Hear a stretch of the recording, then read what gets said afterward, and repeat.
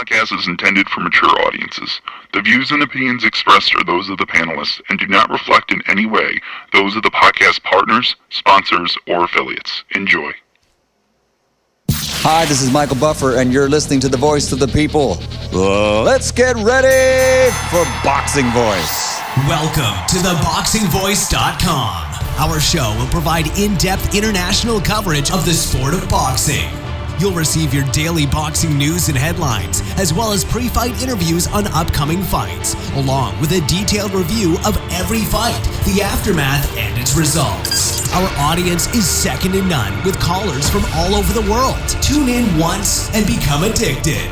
The difference between us and most is our continued efforts to prioritize the boxing fans, putting them first, giving them the platforms to express their angers and their celebrations when they pick the winner correctly or incorrectly. Call in and voice your opinion. Make sure you follow us on YouTube and Blog Talk Radio to receive one email whenever a show is scheduled, because we do spontaneous shows you wouldn't want to miss. Now your host, Nestor Gibbs. Good morning, TBV, and welcome back, ladies and gentlemen, to another Saturday morning edition of Border Wars, brought to you by #TBV Podcast. I am your host, Nestor Gibbs, twisting up one early in the morning. Thank you so much. You're far too kind. We are back. Border Wars fight announcements is going down. Oh, man, I'm feeling like a real promoter these days, man. I think this is going to be the biggest, best Border Wars card yet. Let me just tell you that.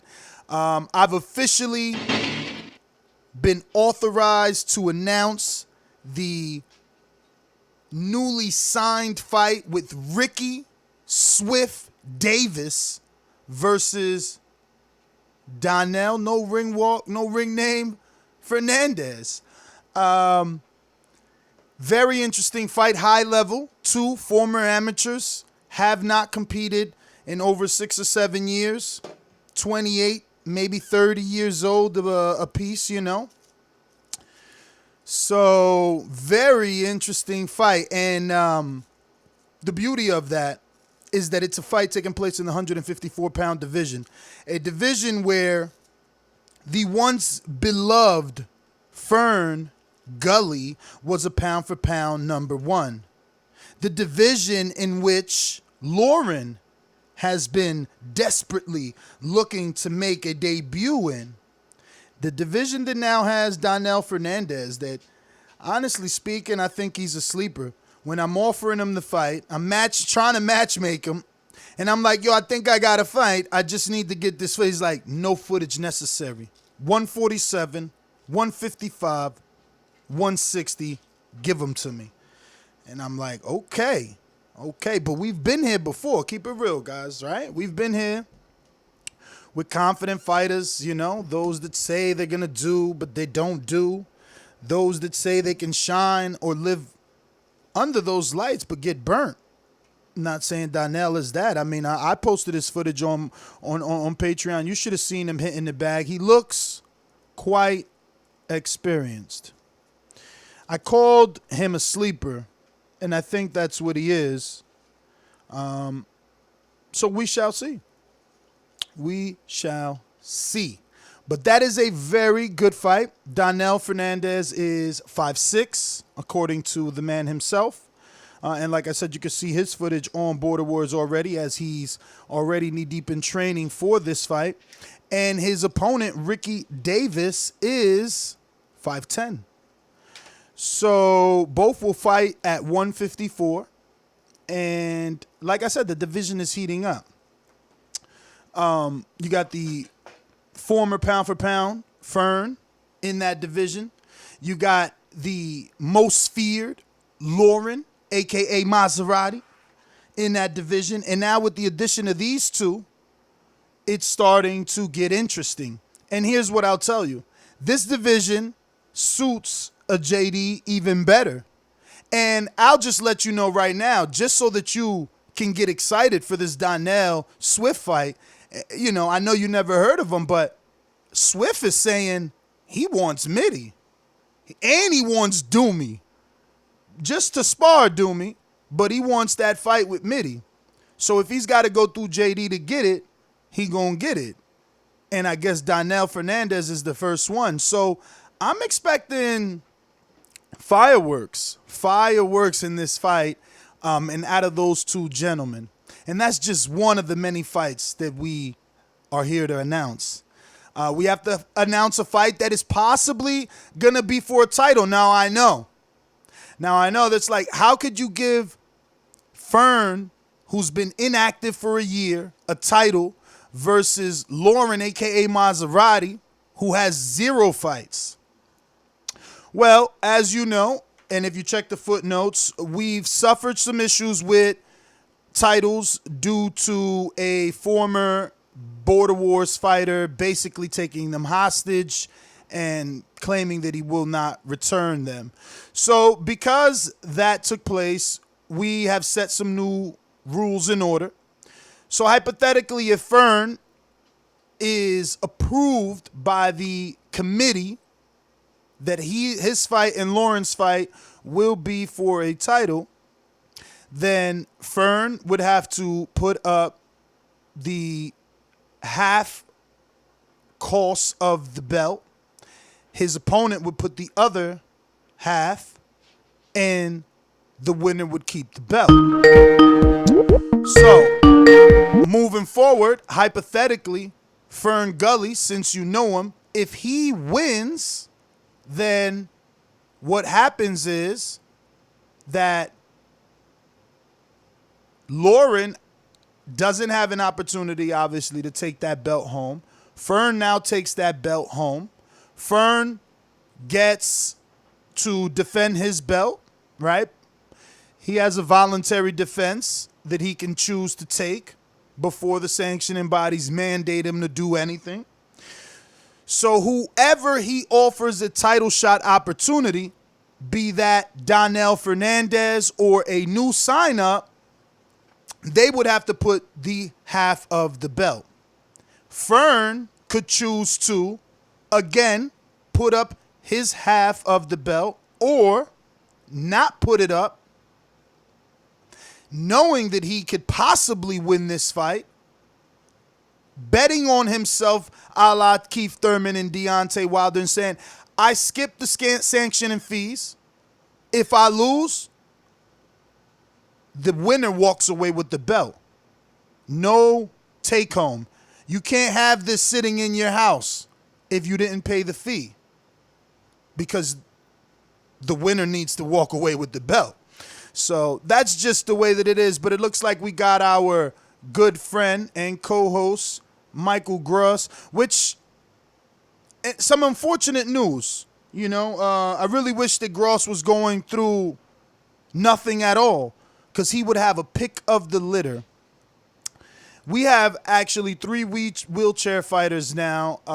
Unfortunately, we will have none on this card, but one of the 3 probably won't get a fight unless our wheelchair fighters continue to grow. But now we have 3 with Michael Gross, FOG Boxing Talk, and a new one that is in the Ricky Swift Davis camp, who's going to be taking on Darnell Fernandez. He was itching at a shot for either Gross or Fogg to make his mark, but neither Gross or Fogg are available for this one, so he will wait patiently. But I introduced to you my co-host, Dazn Productions.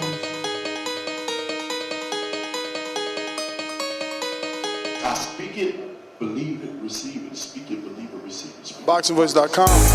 So when I stop him, y'all gonna say he was too weak. Oh my mic. He stayed at 147. A man stand up for what he believe in, and when you stand up for what you believe in, you accept whatever consequences come behind it. Boxingvoice.com. Yo. Good morning, everybody out in the 2DZ universe. Back with another one, man. Before I get started, man, big ups to H Money, big ups to Liz Lowe, big ups to Jimmy, big ups to Javier. Last night, man, we had a little I guess you want to call it a little conference call on that Teofimo Lopez fight.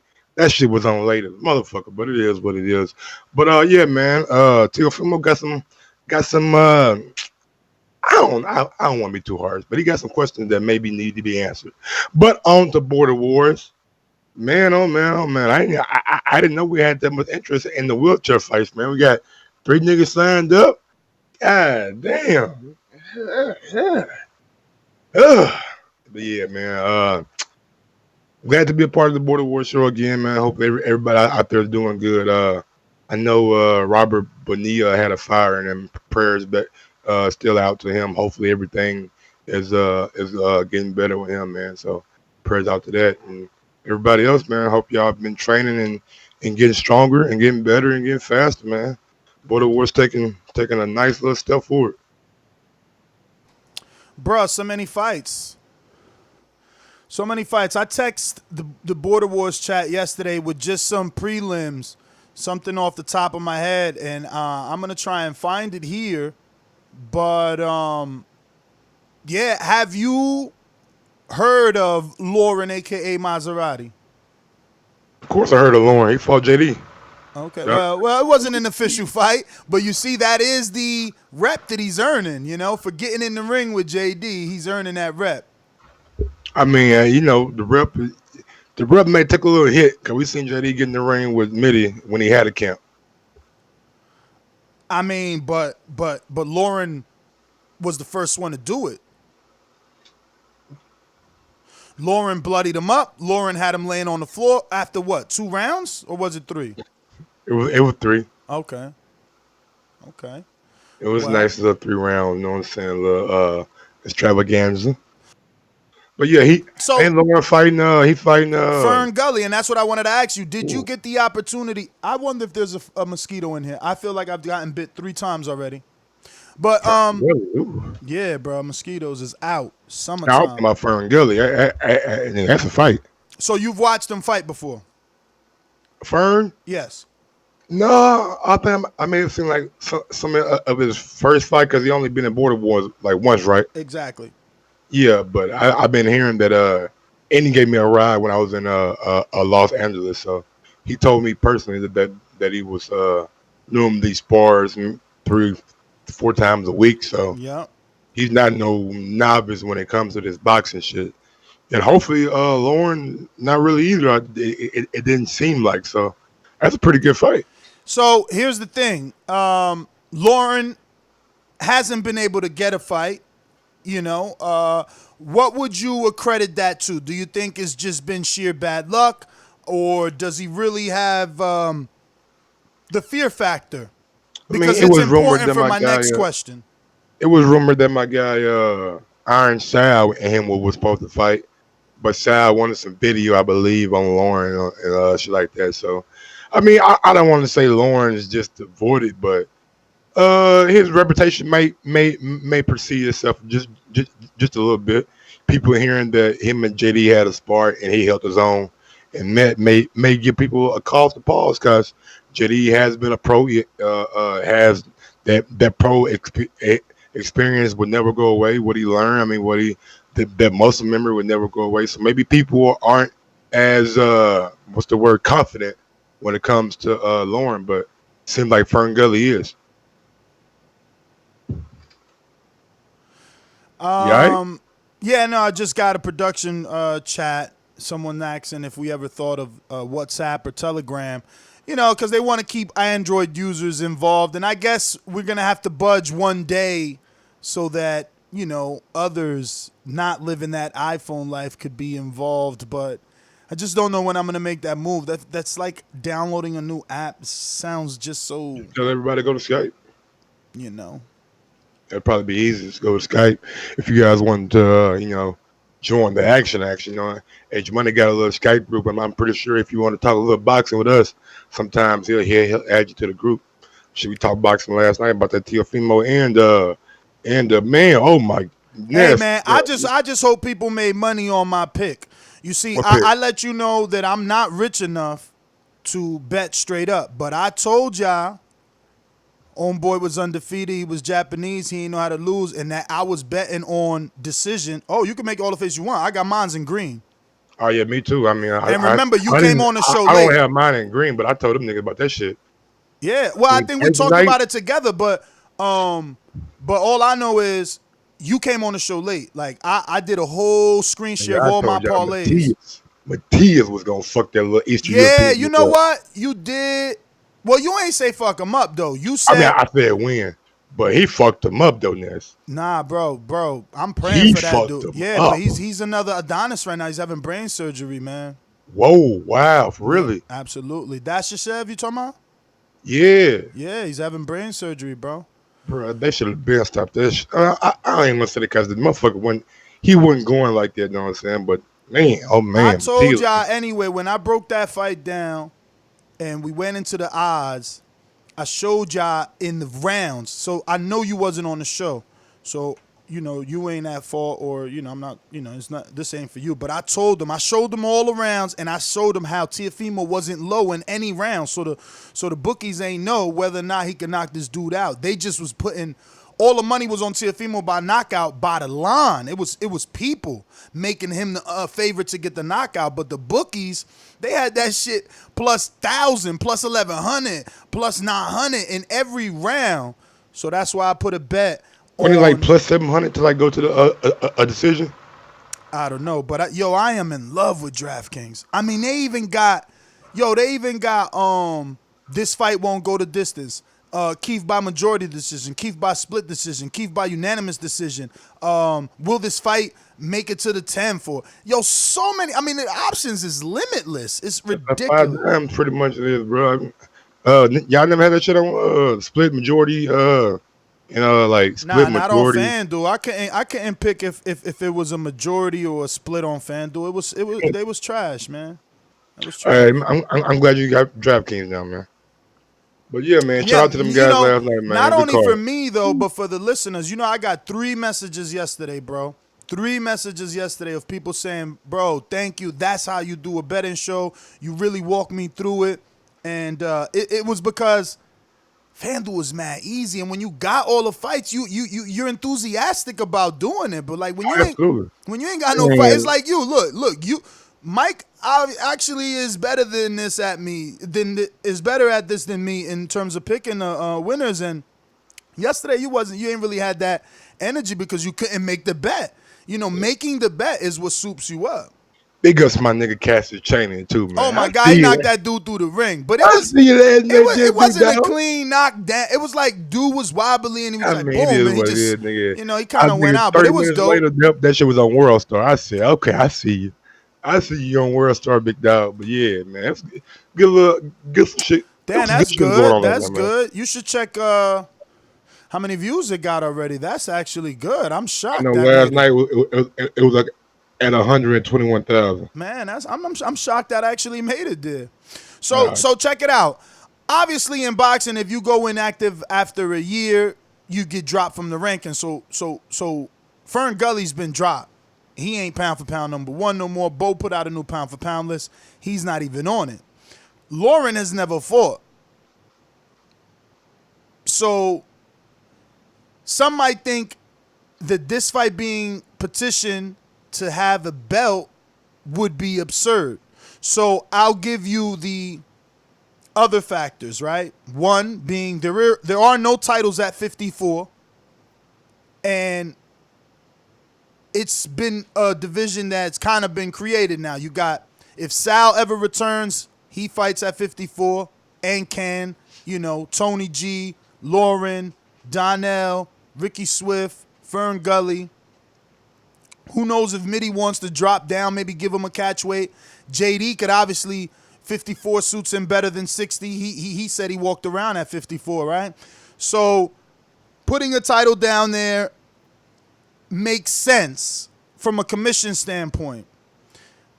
And then it's just about names, right? Like, do you give a vacant title shot to 2 no names?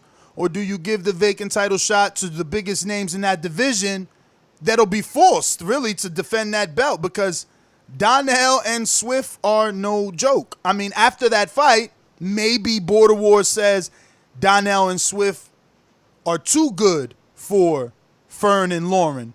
Or maybe not. Maybe Lauren separates himself and shows like he can hang with Darnell and Swift, and, that division. Fern too. Fern's been boxing 3 times a week sparring 3 times a week for the last almost 3 years. So a lot of these guys may be at a high skill level. And again, the last factor is Jose ran away with the belts, so now new belts need to be bought and brought into the ecosystem. So I don't know. What are your thoughts on all that? I mean, I wouldn't necessarily say two. No names fighting for a belt. I think both guys put their work in, and I mean, sometimes. No, you misunderstood me. What I'm saying is, rather than 2 people that you don't know fight for it, these 2 are the one with the name. That's what I'm saying. Okay, yeah, so I totally agree with that. And Jose running off with the belts, man. Like, he at home or some shit. And he just got the belts there chilling with him. That's like it, you bro. got yours back there. That's it. Except I'm champ. He's not. He was champion emeritus. And that's why we created the new rule. This is why now there's a sanctioning fee every time you fight for a title shot, because a guy like Jose feels like he accomplished something, and he did, you know? I'm not going to take away what he done. He fought Enrique twice. He fought Cruz. He defended his belt. And whether or not he could continue due to Achilles heel ruptures or whatever it is that he got going on, he doesn't feel that he should be stripped of the titles as a souvenir. And that's understandable, but you went into this knowing that that was a possibility. Like, I've been having this belt for the last 3 years, but if somebody beats me, I can't keep it. Well, now I could with the new rules. Somebody gonna have to pay that sanctioning fee. But what I'm saying is, you know, back in the day, I would have lost it because I have to give it up to continue to grow the Border Wars brand. He decided keep it for a fucking souvenir. He keeping it for a souvenir. Nah, Jose, he can't. And do then that. he says, "Look, he's first. You know how Jose is. He played the heel. I'm keeping it. Y'all want it. Y'all got to beat me for it. Y'all can't do that. Blah blah blah." Then, you know, time goes by. He comes to his senses and he's like, "Hey, you know, I'm gonna keep them. I won them, but I'll pay for new ones." So it's like, all right, send the money. No, I won't send it. If I could get it cheaper in Canada, the belts will be there. Don't worry, they'll be there before the border. And we just can't do that with Jose because he told us the gloves and headgear would be there. And if we did that. Exactly. And if we didn't have backup, we would have been looking stupid.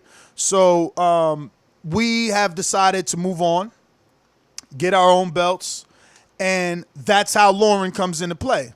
Lauren suggested to have the committee make a poll on Patreon, asking the Patreons would they mind if Fern Gully, who was former pound for pound, and Lauren get it on for a vacant title.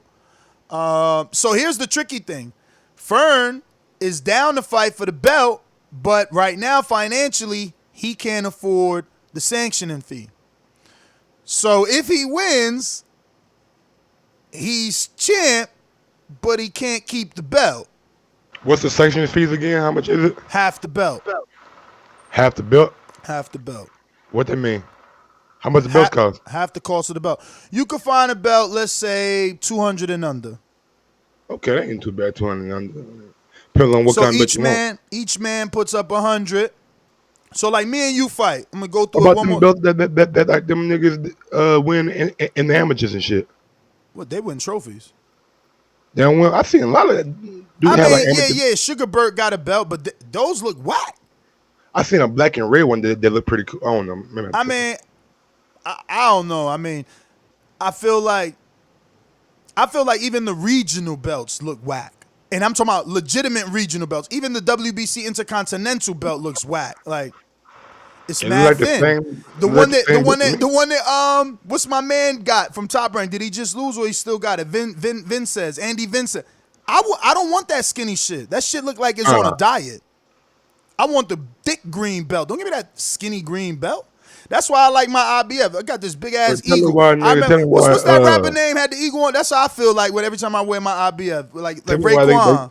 They gave him Amir Khan the same belt that Jose got. Jose who? Jose from Canada. Oh, yeah, skinny belt. A skinny belt. Intercontinental. It's like an international intercontinental belt. Yeah, I said, boy, when they put that shit on the Billy Deal fight, I said, damn, I like the same belt Jose got. Shit was moving on up then. Yeah, but Jose's is the WBC Adidas edition. That was an Adidas collab. That might as well be an Adidas one too. Yeah, I mean it was anorexic. I don't like them anorexic belts. So yeah, but it was the feel Ghost, it. right? Ghostface is the one with the eagle on his hand. Nah. Oh yeah, with the big ass Eagle Ghostface killer. Yeah. But let me get these two guys on, man. They on and they up early. They both on the West Coast. I believe Lauren is from Seattle, Washington, no? And obviously Fern Gully from California, IA. I'm going to go to Fern, who was here first. Fern, it's been a long time, champ. When you once graced that ring, they quickly labeled you pound for pound number one.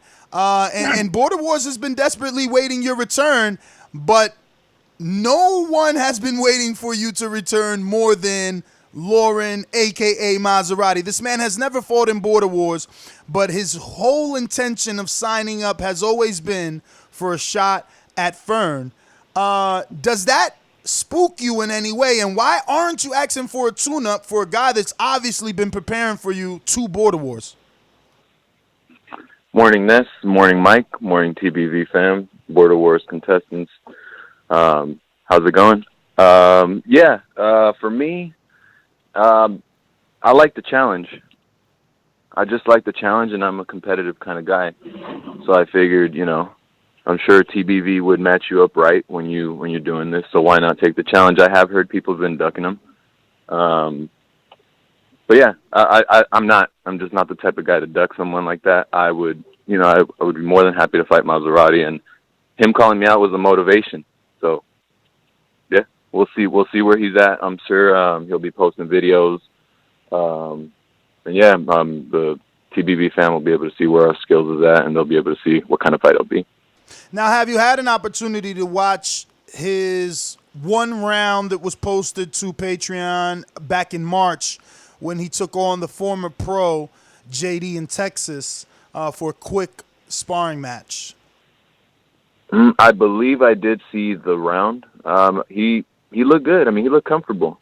He looked like he's been doing it for a minute. I mean, I've been doing it since Border Wars 4, and I have no prior experience, and any experience I've gone from then to now, which is 2 years. I have had a knuckle injury, which took me out for about 16, 17 weeks.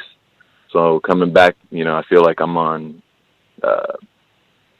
I don't feel as fluid, but I'm sure with 6 weeks left, I could get that back. But yeah, he did look good. I'm not going to deny that. He looks like he got a nice left hook, which I got to look out for.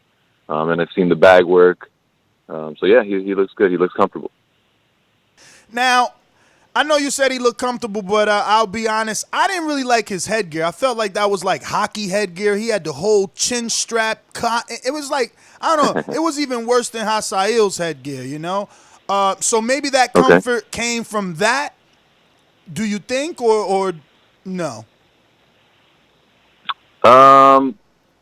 Because you got some headgear. It's hard to say. I mean, you got the Sean Porter headgear. You know what I like to call it. But that headgear gives you confidence, too, because, it like that bar in your face protects you. So do you think that his does the same for him mentally, giving him confidence? I mean, it that could. won't be the official headgear for the fight, though. Obviously, he'll be using U.S. boxing-approved headgear only. Right, which I got mine in the mail, which I plan to test out today. But I do use the bar because during my line of work, I do a lot of face-to-face interaction with customers, so I can't be showing up to work with black eyes or bloody nose, busted lips. But having the bar does kind of, when you get hit, you kind of just feel it in the back of your head because the bar pushes into the back of your head somehow. I don't know. It's weird. So it's going to be nice not having a bar and just taking, I guess, the hit without feeling the impact on the back. So, it could be a factor. I mean, it definitely could. I mean, we're going to be using USA Boxing approved headgear, so we'll see. I would recommend, testing your headgear out, but I just bought new headgear, sparring headgear, right? Similar to what I would call yours. I said I don't have the bar. It's just reinforced padding because it is for sparring. But for the last 3 years, I've only been using competition USA boxing headgear during sparring and the fight. But it's actually backwards, right? Like Sean Porter uses your specific headgear during sparring and preparation for his fight, then obviously no headgear on fight night. So I would recommend you doing that. I would recommend you obviously trying on your new headgear, making sure it fits and everything is all good. Oh, no, absolutely. But you know, not really sparring with it because no sense in damaging your nose or getting a black eye before the fight for no reason. Right. And no, yeah, I do plan to test it out. I may be getting some light work in today, which I know I have to get some footage in. I'll be going in, I believe, at 1 p.m. Well, here's what I recommend you do. I recommend you get a little bit of everything, right? Just go ahead and get some bad work, jump rope, anything like that. And then if you get the sparring, keep the sparring in the cut until he submits, you don't submit. Okay. Yeah, no, but obviously training footage submit so that we can build you back up. I mean, I'm sure there's new patrons that don't even remember that fight. No, that's right. It was, I kind of, going back to that fight, I kind of do feel like I was robbed because it did go with 2 rounds, and I didn't get the stoppage. I guess too much movement, so I guess I could have credited myself to that because all the movement. Kevin Jones, shout out to him, couldn't keep up. Yeah, but I mean, you did get the stoppage. Ultimately, your punch caused whatever happened to him in that ring. It's like people like, oh, if Matisse eye wouldn't have sweat, well, Danny punched him. Like, Koala wouldn't have fell and fucked up his ACL if you wouldn't have punched him. Like, if you don't punch him, he doesn't lose balance. He doesn't try to stay up and fuck up something. Like, you know, people got to understand the fight is a fight. Like, that's your knockout regardless, because it didn't go 3, you know? They waved it off, so it's a TKO. Right. Damn, so we got to update the Border Wars box rack. That's right. You got a TKO stoppage. Right, yeah, TKO stoppage for sure. But yeah, no, and shout out to Bo for putting me on the pound for pound list, which was an eye opener for me. I was like, whoa, what's going on? I'm thinking it's because of from where I started to the amount of rounds I did to where I went and how I became victorious in Border Wars 4. So I guess that's what why I was pound for pound, and I guess pound for pound, being on the pound for pound list has its ups and downsides. You get called out by the devil you don't know, I guess they say. But I'm excited. I'm real excited, and that devil I you will don't be there know. on September 13th. That devil you don't know, I don't like that devil you don't know. And I've always had to fight the guy that I don't know. But I'll tell you this, Lauren, at least, you know, isn't a dude with any malice. Like, man, I chilled with him, obviously, in L.A. for the Wilder Fury fight. Mike did, too. We were on scooters, bikes. We smoked hella bud. You didn't meet him? You wasn't in L.A., Fern? Yeah, no. We met up. We just we saw the Wilder fight together. Okay. But no, I didn't meet up Mars. I didn't know. Yeah, so you know, he was there. At least you know he's not a dude with any malice. He's definitely a TBV family member. He's been in that Border Wars chat now, I don't know, since the first day that he signed up. And that nigga Lauren went in no goddamn Los Angeles. I had to think about it. Nigga, that was Dallas. No, when we was on the scooters. That was in Dallas. He wasn't in LA too? I don't believe so. Well, he on the line. We gonna get to him. All right, well, that was Dallas then? For the Earl fight you talking about? Yeah, because remember we went to that barbecue spot. It just felt like LA. You see why I want to go to Dallas? It just felt like, didn't it feel all summery and shit? We was on scooters and shit, smoking weed in the street. It felt good. It was like summertime down here. It was like March. Shit felt nice, man. Yeah, it did. Oh, somebody on the block. Hey, question. What is Lauren's stats? Well, what's age, height? Let's weight get him on. Lauren. Let's get him on. Maserati. Hey. What up, champ? Hey, yo, Ness, can you hear me? Can you hear me, brother? I hear you. You on speakerphone, I see. I mean, you should take it off since, you know, you're going to get that. No, I got you. Hold on. I'm in the parking lot of the gym. Hold on. Ooh. Hold on. Ooh. He wants you to know he in the gym. Yo, can you hear me now? Perfectly. Yeah, sorry, that was going through my car radio. Yo, good morning, TBV. Good morning. Hey, Mike. Yo, man, I'm really happy to hear you're back well, man. I know I reached out to you. I'm glad that you got everything situated and you back on the show, man. God damn, Ness needed you when you were gone. Appreciate that, Maserati. Yeah. And just clarify a few things. Yo, that was Dallas. And Ness, I'm from Seattle, but I have been living in San Francisco, California for like the last 11 years. Okay. Because Just so you know. yesterday That nigga done Dominic. put Seattle on you like 30 times this week. Yes, Lauren up there in Seattle, man. Yeah, remember with Dominic? I was like, yo, Dominic, yeah, we got Lauren in Seattle. Yeah, no. I mean, my family's like, deep in Seattle. I go to Seattle like 3 times a year, but no, I'm out here in the Bay Area. No Hawks. Hey, sorry, first things first, I just wanted to give a shout out. I really want to say thank you to Fern for, accepting the challenge. I didn't know if I was ever going to get a fight, honestly. I appreciate you accepting this fight, man. We're going to put on a good show for everybody. Absolutely, man. Absolutely. We're going to get this in. I'm glad to see that you're training. My last opponent didn't. Yeah, we'll see who's the king of Cali. It's North versus South, it seems as if. Norteños versus Soreños, homie. That real Mexican style. Oh, that's right. Yo, so what's your stats, Lauren? Give them the numbers. I fight orthodox. I'm 6'2".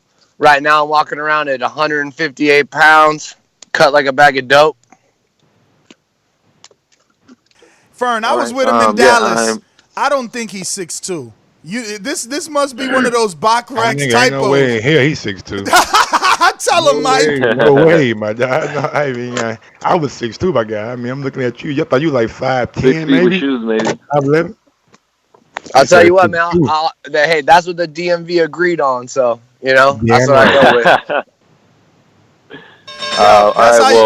That's how you put some intimidation in your opponent. Just add on 5 inches. There you go. Hey, man, you know what? All the build up and all the whatever ain't gonna matter when we're man versus man in that ring. I know I'm taller than him.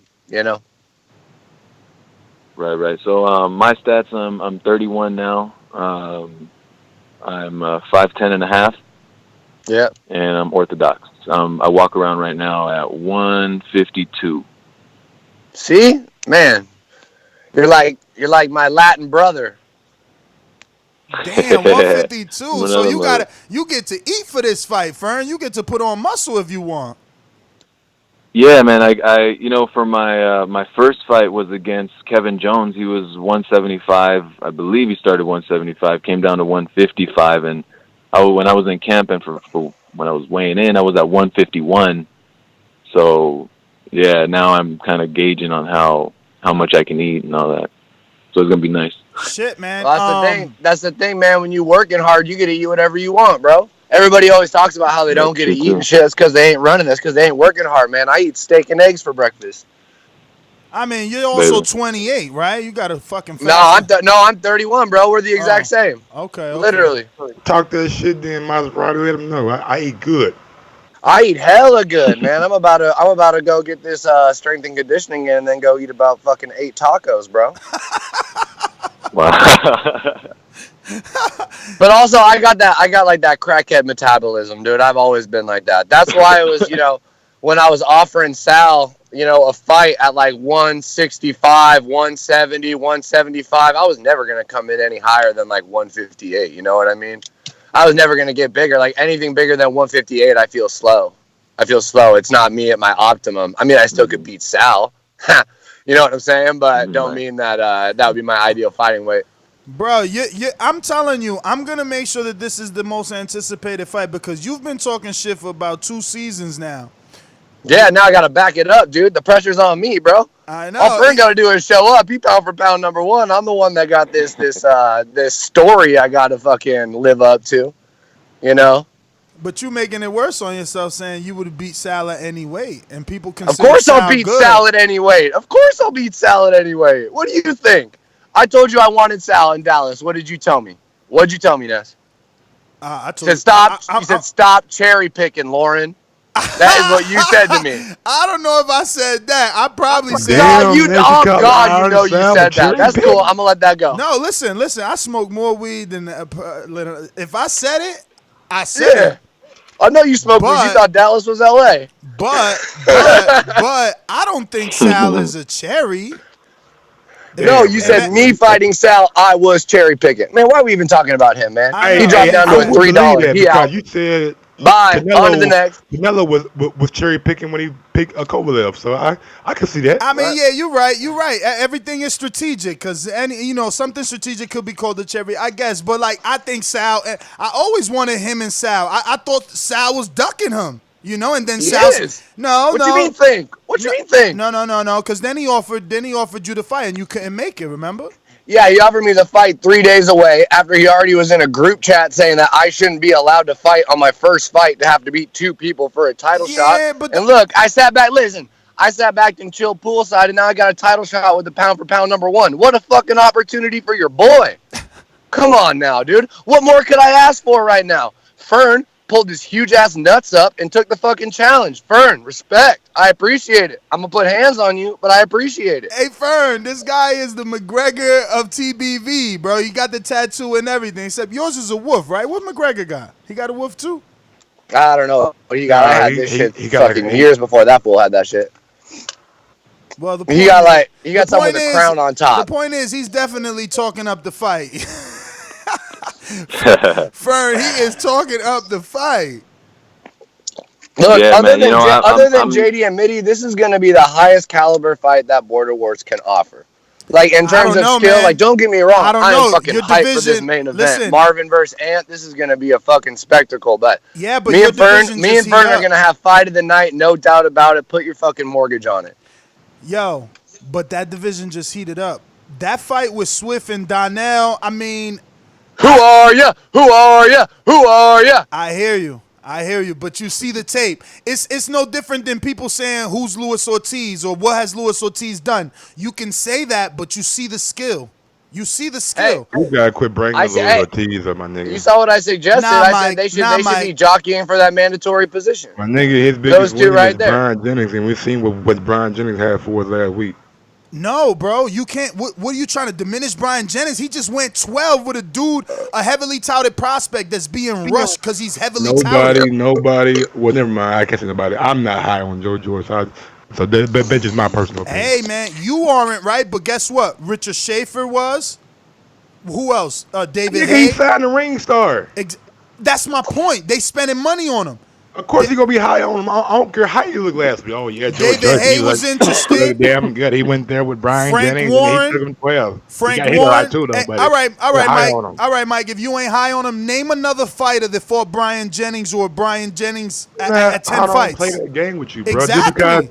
Just because no. Because ain't nobody else doing. Not proving anything. How? I've been seeing Joe George from day one. It's not the Brian Jennings fight. It's every other fight that I've seen. The nigga is slow as fuck. Don't have no power. He won't be a fucking heavyweight champion. Okay. Mark my words. He won't be a world champion. All right. And that's a different. If they got all these WBA regulars and shit out here, I take that back.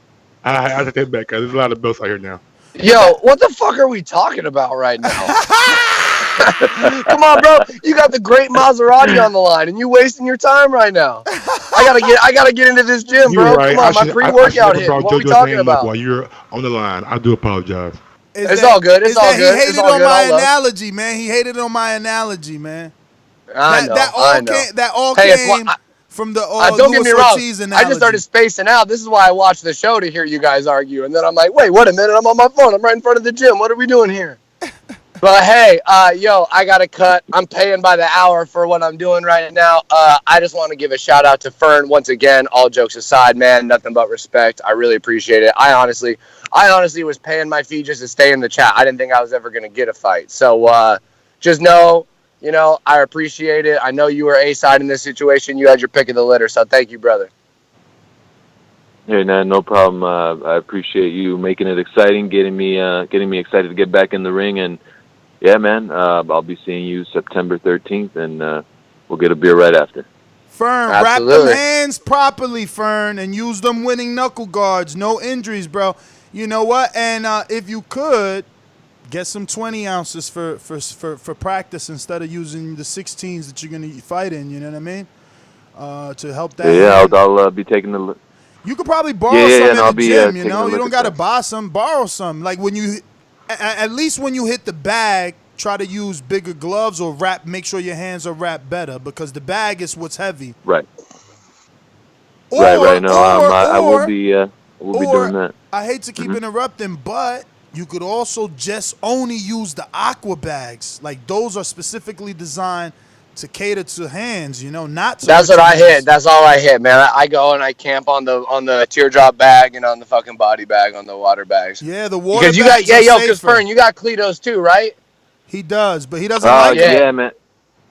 I hurt my hand with them though, so I used to have already. rivals. I've tried a couple different ones, but I found that the Cletos, while they're punching bags, like I do get a little swollen when I start beating on a heavy bag, so I stick to the aqua bags.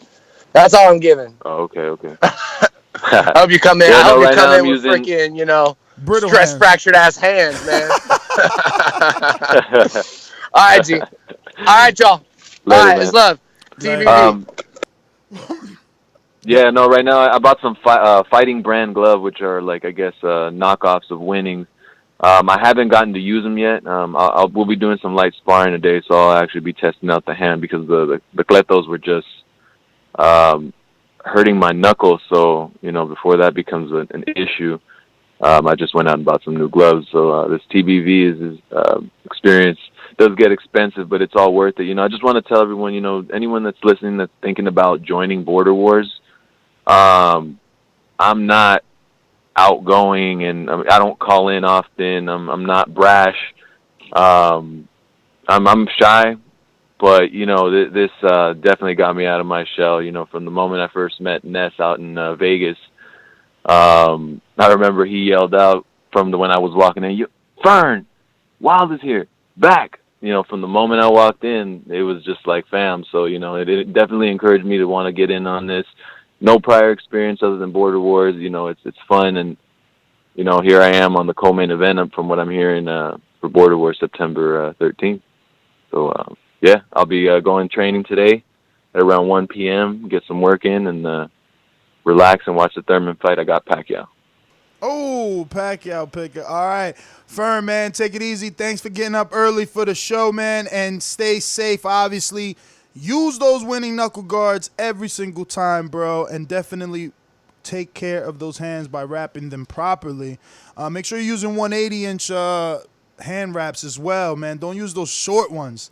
Get a lot of coverage. Let me go out to our main event, Anthony, Queen City's Cobra Edwards. AKA the Panero Whitaker of Border Wars. Oh, shit. Mike, you finally starting to show my man, my stablemate, the respect he deserved. See, H Money promotes so well that it seeped into you.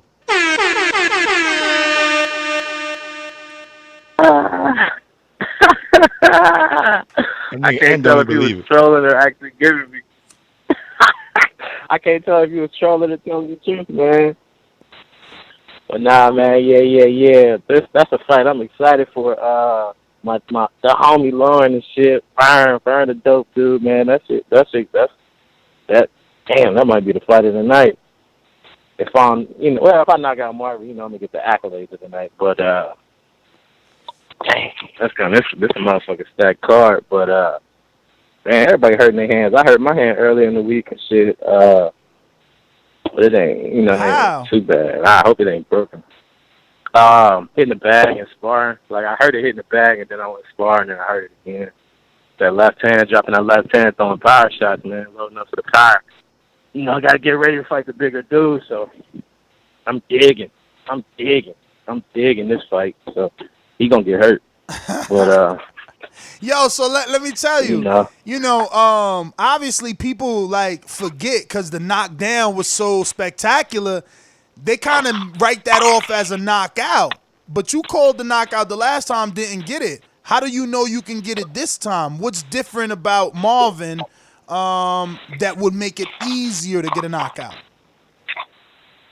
After I went back and looked at the tape, I'm like, damn, Dummy was on that that slow count. What's the the ref for the Wilder Fury fight? I forget his name, but yeah, it was kind of slow. That shit was kind of. I heard somebody yelling about it, but I went back and looked. I'm like, damn, Billy, that was kind of slow.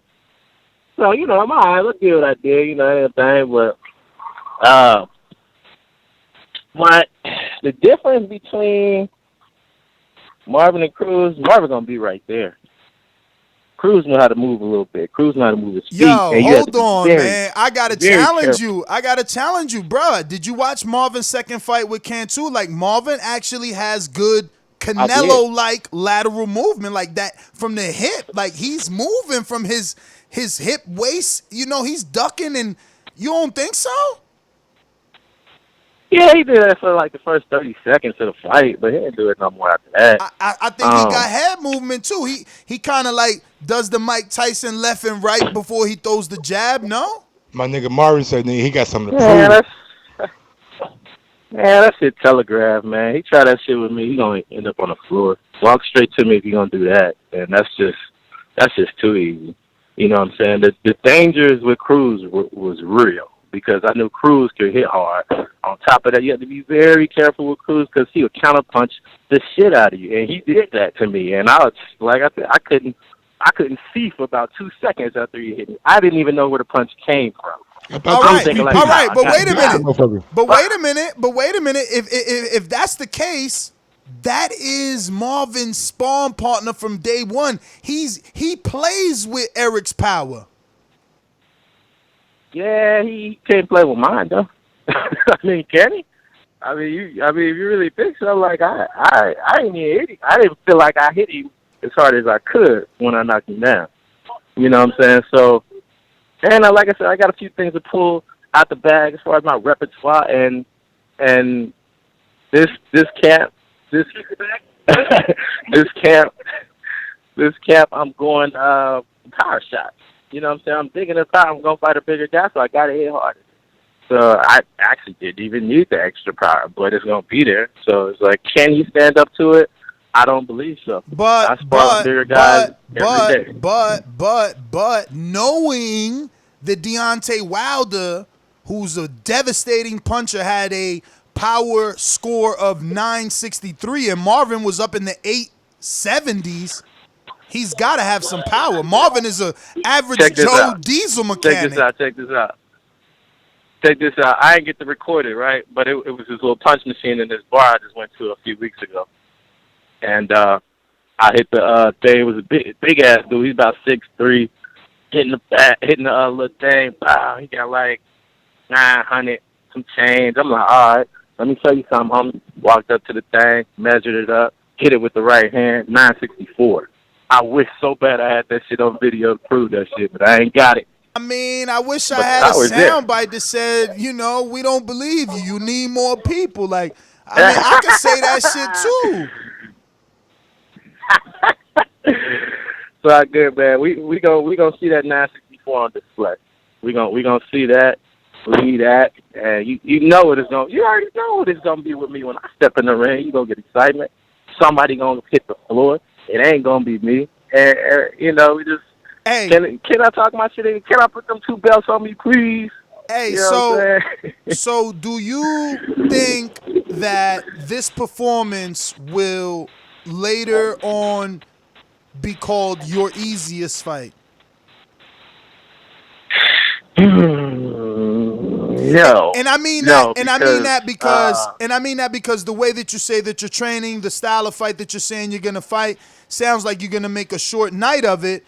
So it might look like your easiest fight if you become, if what you're saying comes true. It's not gonna be the easiest fight. It's not gonna be the easiest fight. Well, it might be, but it's not gonna look like it because it's gonna be rough going at first. Like, 'cause I know he's gonna come. I know he's gonna bring it, but it's just gonna take that one connect to change the fight, and we're gonna see Marvin on his back foot.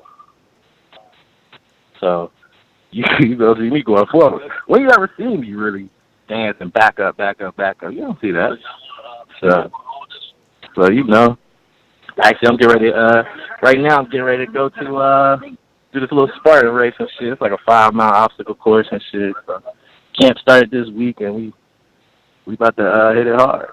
You know what I mean? So hope he's ready. I know he won't be. He looks like he's taking this fight serious.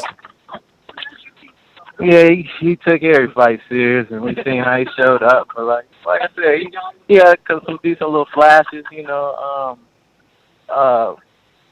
Cruz might give him some pointers, but at the end of the day, he's not Cruz, so he's gonna be there for the taking for me. So I feel like Cruz is probably gonna be a more difficult guy. Like he claims. Marvin's in the he chat. Plays with Cruz power, Marvin Furman. Excuse me, Marvin. I learned that. Marvin Furman in the chat. The tank. You don't back up. He meant to put and hug, but he says you don't back up. You hug. Actually, no, he didn't mean to put that. That's what he says. You don't back up. You just like to hold. Okay, well I ain't gonna hold. We gonna see. We can put some money on to see who the first one who is to help. Oh, no. That's exactly the title, right? Did I put that in the title? Let me double check that because it should say, yes, fight of the night bonus. I think that we should finally implement what we've always talked about, where every fighter that's fighting puts $25 up to a separate pot, where the fight of the night, the winner of that picked fight of the night takes the pot. Now, obviously, we could do a poll. We could do a poll and see if it should be the fight of the night split the pot or just the fight of the night winner take all the money.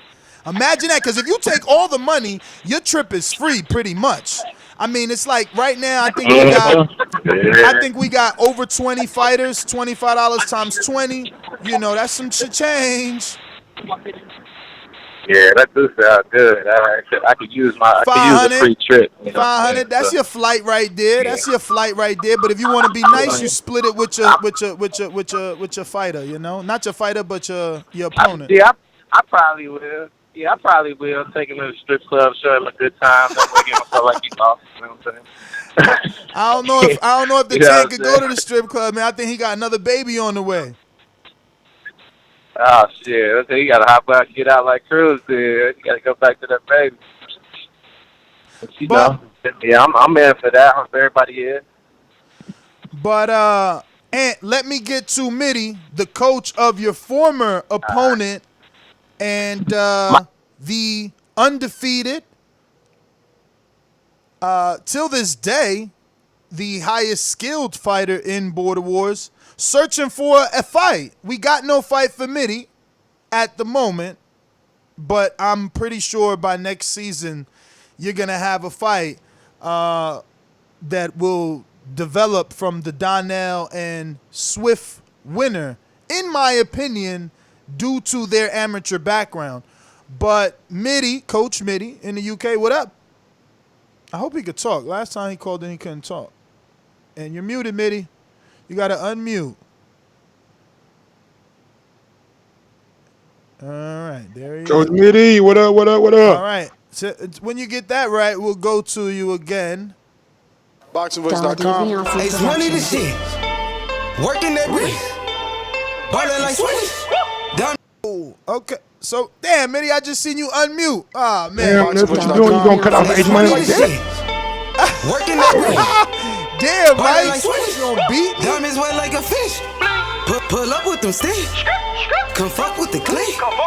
We fucked on your bitch. She sucking the dick. I'm whipping the work. Hey yo, what's going on? It's your boy H Money, Mr. Dazn, the Boxing Voice 2019 Rookie of the Year. And Border Wars 6 will definitely be the biggest Border Wars in the history of the Boxing Voice. We got some of the best fights. Jimmy versus Matt. I can't wait for this fight. And Jimmy is ready. Jimmy's been training every day. He's put it in hard work. He is the Mikey Garcia of Border Wars. He is the next Julio Cesar Chavez, straight from Mexico with the Mexican style, undefeated. Jimmy, who would never duck anybody, a true Mexican, versus Matt. Matt, who just fought at 185. Next, there's a lot of questions about his weight right now. And last week he didn't mention his weight. He wouldn't tell us. He wouldn't tell us how much he weighed. You know, he is a big guy. We just want a fair fight. I love Mac. He's a great fighter. He's Mexican.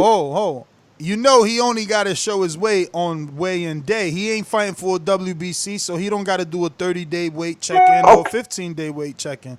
Now, if it was a WBC on the line, that'd be different. And there still could be because we're doing a lot of, you know, opportunities since Jose's theft of the belts. That being said, this fight is contracted at what weight? 168. 168. Isn't that okay. So what weight is Marvin Anthony Edwards fighting? Anthony Edwards and Marvin agreed to a fight at 195. I really want that fight at 185, Ness, if it's for the belts. I mean, I respect Marvin. He's a great fighter. He's undefeated. I love his style. He's Latino. He got that Hispanic style. He comes forward. He has skills, and he's undefeated. Anthony Edwards willing to fight the bigger man. This is amazing. I love Anthony Edwards. I mean, he calls in the show every day. His name has grown. I mean, TMG Promotions, we doing a great job, Ness, and I'm promoting every fighter. Lauren Maserati. I mean, this kid is amazing. He talks that talk. He backs it up. He is the Conor McGregor of Border Wars. He's a motherfucking badass. In Fern Gully, hey, man, I love you. You from California. But this kid wants it. He got the same heart as me. I love Lauren Maserati. Ness. This guy got what it takes to take Border Wars to the next level. I want to help you co-promote. Lauren Maserati. We talked about it. And Colin versus Boxing Therapy. Ness. Let's make it happen. I mean, Boxing Therapy, he had to fight with Jordan Baker. We all know what happened. What's understood ain't got to be explained. Faking injuries, boxing therapy.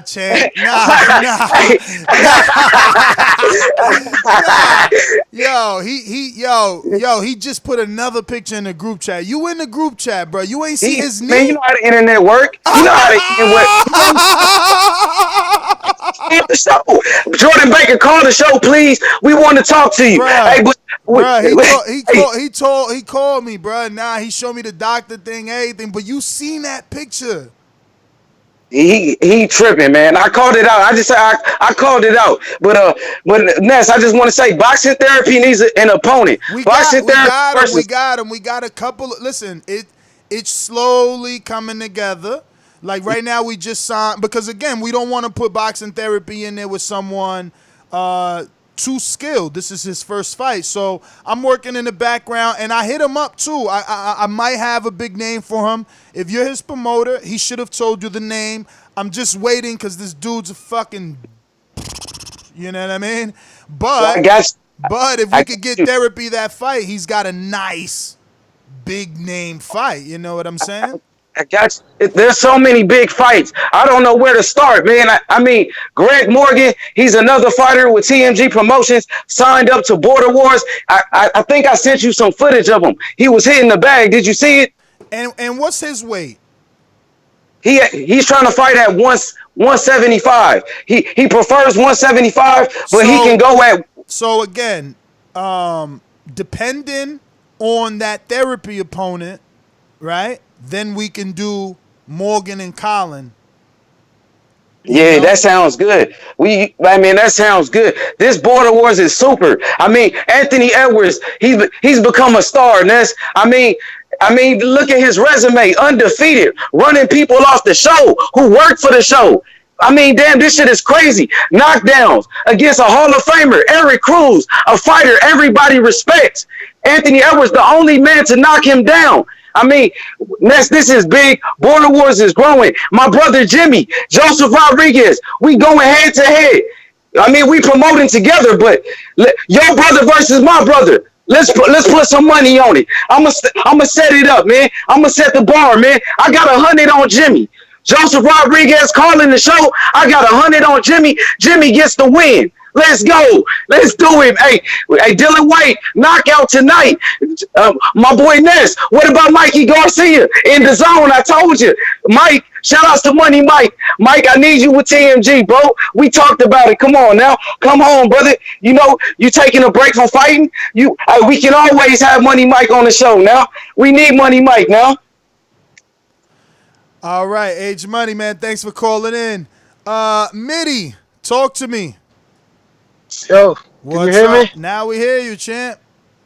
What Hey, how you happened doing, was when you first jumped on and Maserati was talking, you were unmuted and we could hear all the background, so I muted you, but I guess, you didn't. Oh, okay. But I thought I had muted it from the car because I'm driving, but it's all good.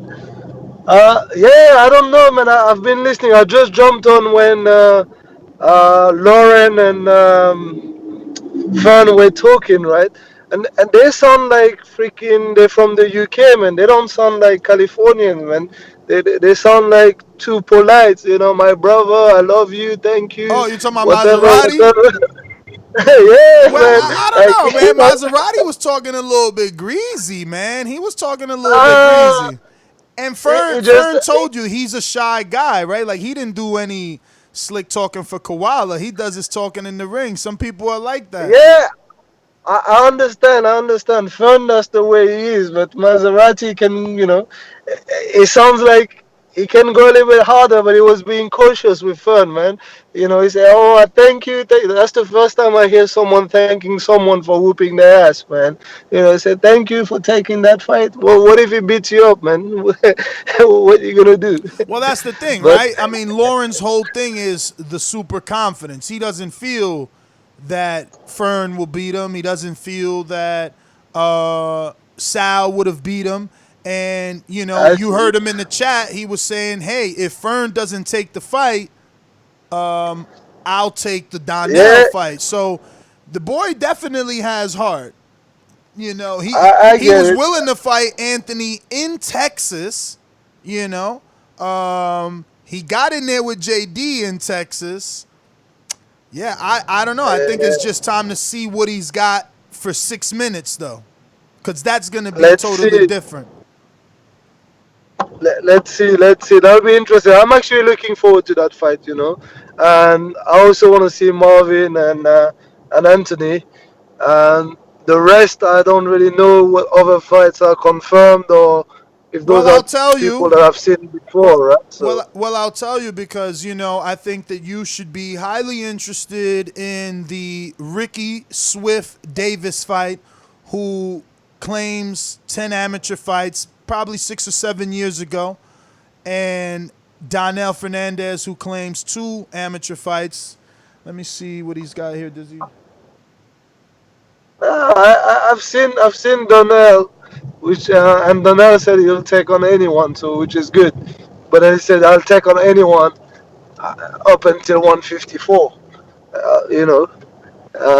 So. I know. I mean, we'll see how I'm sure if listen, everything happens at the right time. So if you heard Lauren, he says he's like, yeah, I'm 158, and I'm gonna, I can even fight Sal at 165, 175. No problem, man. I'm 165, 170. If you're struggling to find a fight, let's do it. But he told me now he wants to fight me at 155. Well, look, people got to be strategic with you too, right? You are also the most experienced, but I don't think Darnell or Swift is like that, right? And that's why I said you should be interested in this fight, because maybe you feel Darnell wouldn't move up the extra 5 pounds. Maybe he would. But the man that definitely would is Ricky Swift Davis, who already said in his submission form, he said he wants Mitty, and he said he would even spar Doomsday. And I'm like, bro, Doomsday's 214. He's like, yeah, nah, just to get some work. So, and I had a conversation with him yesterday. We'll see, but he's from that DMV area. I think he's from New Jersey and then moved to Maryland. He's actually listening, but he can't actually talk right now. Can't talk. Yeah, All but right. I think he's Okay. from New Okay. Jersey and moved to Maryland, so he was brought up around the Russells. So yeah, I think that you should be interested, and so should Fern and Lauren, because if the public deems their fight worthy of a vacant title due to Jose's theft, they're gonna have a target on their back by two skilled 54-pounders. Obviously, they're not gonna be in Border Wars for Yeah. no No. reason. No. That's cool. That's cool. I'll be there anyway. I'll be there, and I'll be watching that Border Wars. I'll be enjoying it like I always do. So yeah, no, I'll watch every fight with interest because I love that shit anyway. I So, love how when much do you anyone walk gets in a around ring and at? box. How much do you What walk happened? around at? I walk around or how much excess I have right now? Because right now I'm not looking good and I don't feel good. I'm close to 190 right now, but I usually walk around, and But that's you the don't first time you I've don't been feel that high. good 190, you said. No, no, that's the first time. I haven't been training for close to 3 months now, and Because yeah, I so, say that so for that's the bad. I say that for this, right? Obviously, it's this is a Joan Guzman moment for me. I'm sure this is what Golden Boy felt, and Roger Mayweather, or was it Floyd? No, Floyd Mayweather Sr. I'm sure this is what they felt right now, what I'm about to feel as I express these words. Since you don't have a fight, maybe could we make the rematch with Doomy at 195? I know it sounds ridiculous because when has he been 195? And how long has he been telling us that he can at least come down to 175? And will this be another fight where, you come and weigh in and he's talking into your ear like, Mitty, I had so much going on and this happened and that happened. So it's my Joan Guzman moment right now. But he's actually been training with me on a daily level now that the old gym opened up in our area.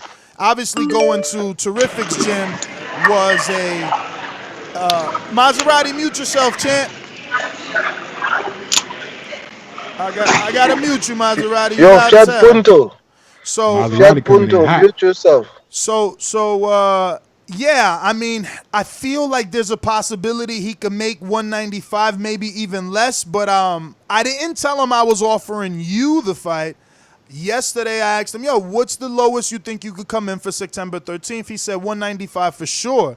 Obviously, if he's listening, which he normally listens to all the shows live, he will be hearing this for the first time. But is there any interest in that? And do you believe that this man would ever get to 195? I mean, because I don't know who I was talking to, but he's becoming like a bit like people have called me and they're like, yo, bro, this dude's been juicing on IG for like 7 months. When is he going to lose the weight, right? So, like, I don't know. But now he's working out. Like, at the very least, he's doing pads with me and moving around the ring with me with the body thing. So he's at least doing that. Let me tell you, it's not up to me to doubt Doomsday, right? If he says he can make 195, then that's cool. He can make 195.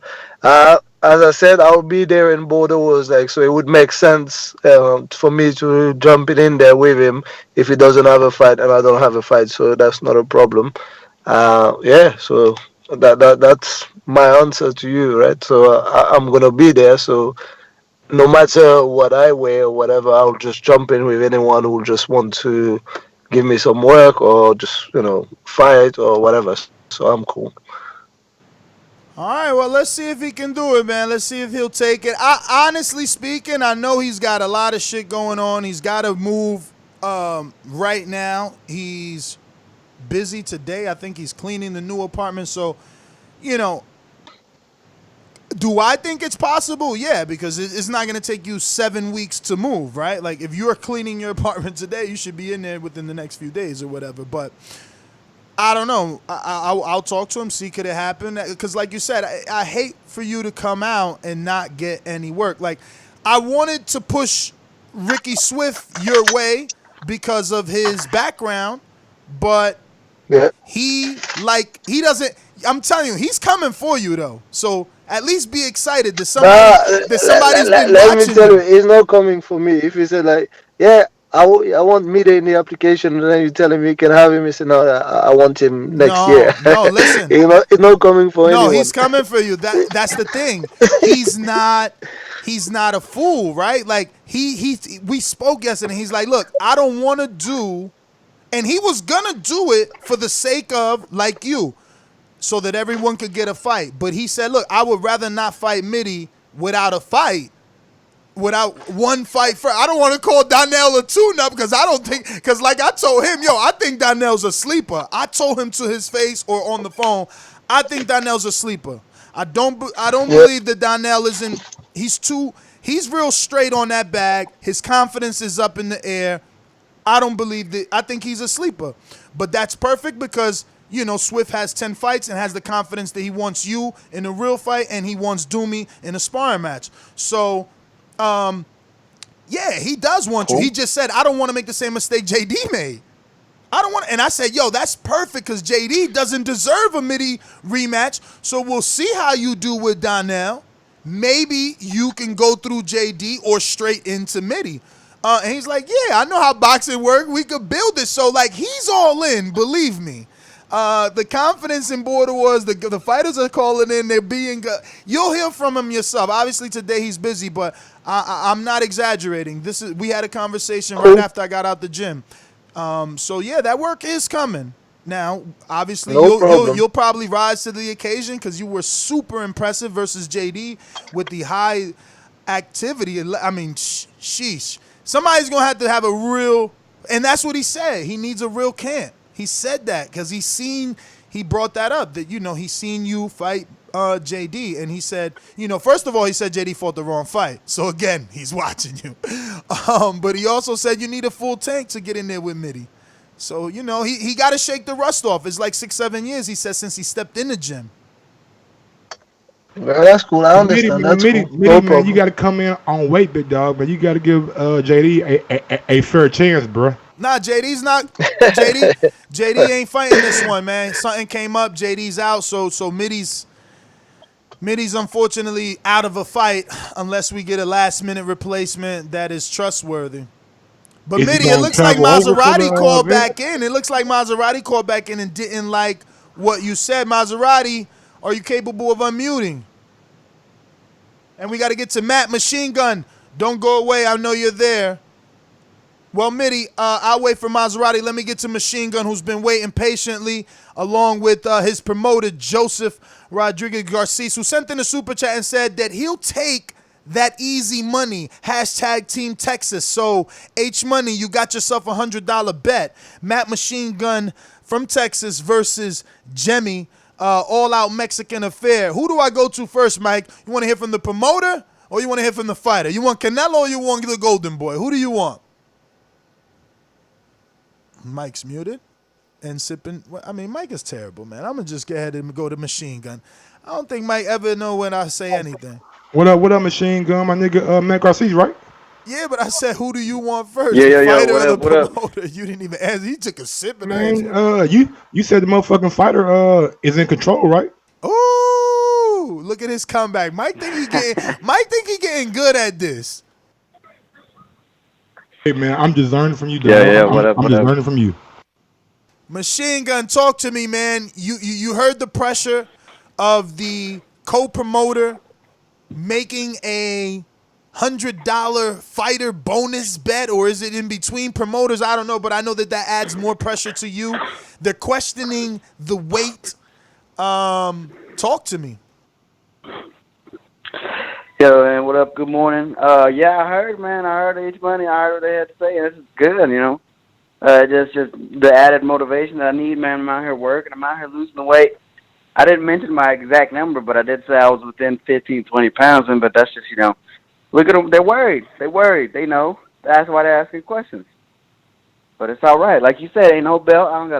I didn't agree to check in here in these times. So here we are. They'll see 168 come to 12. Now, do you know any other 168 fighters?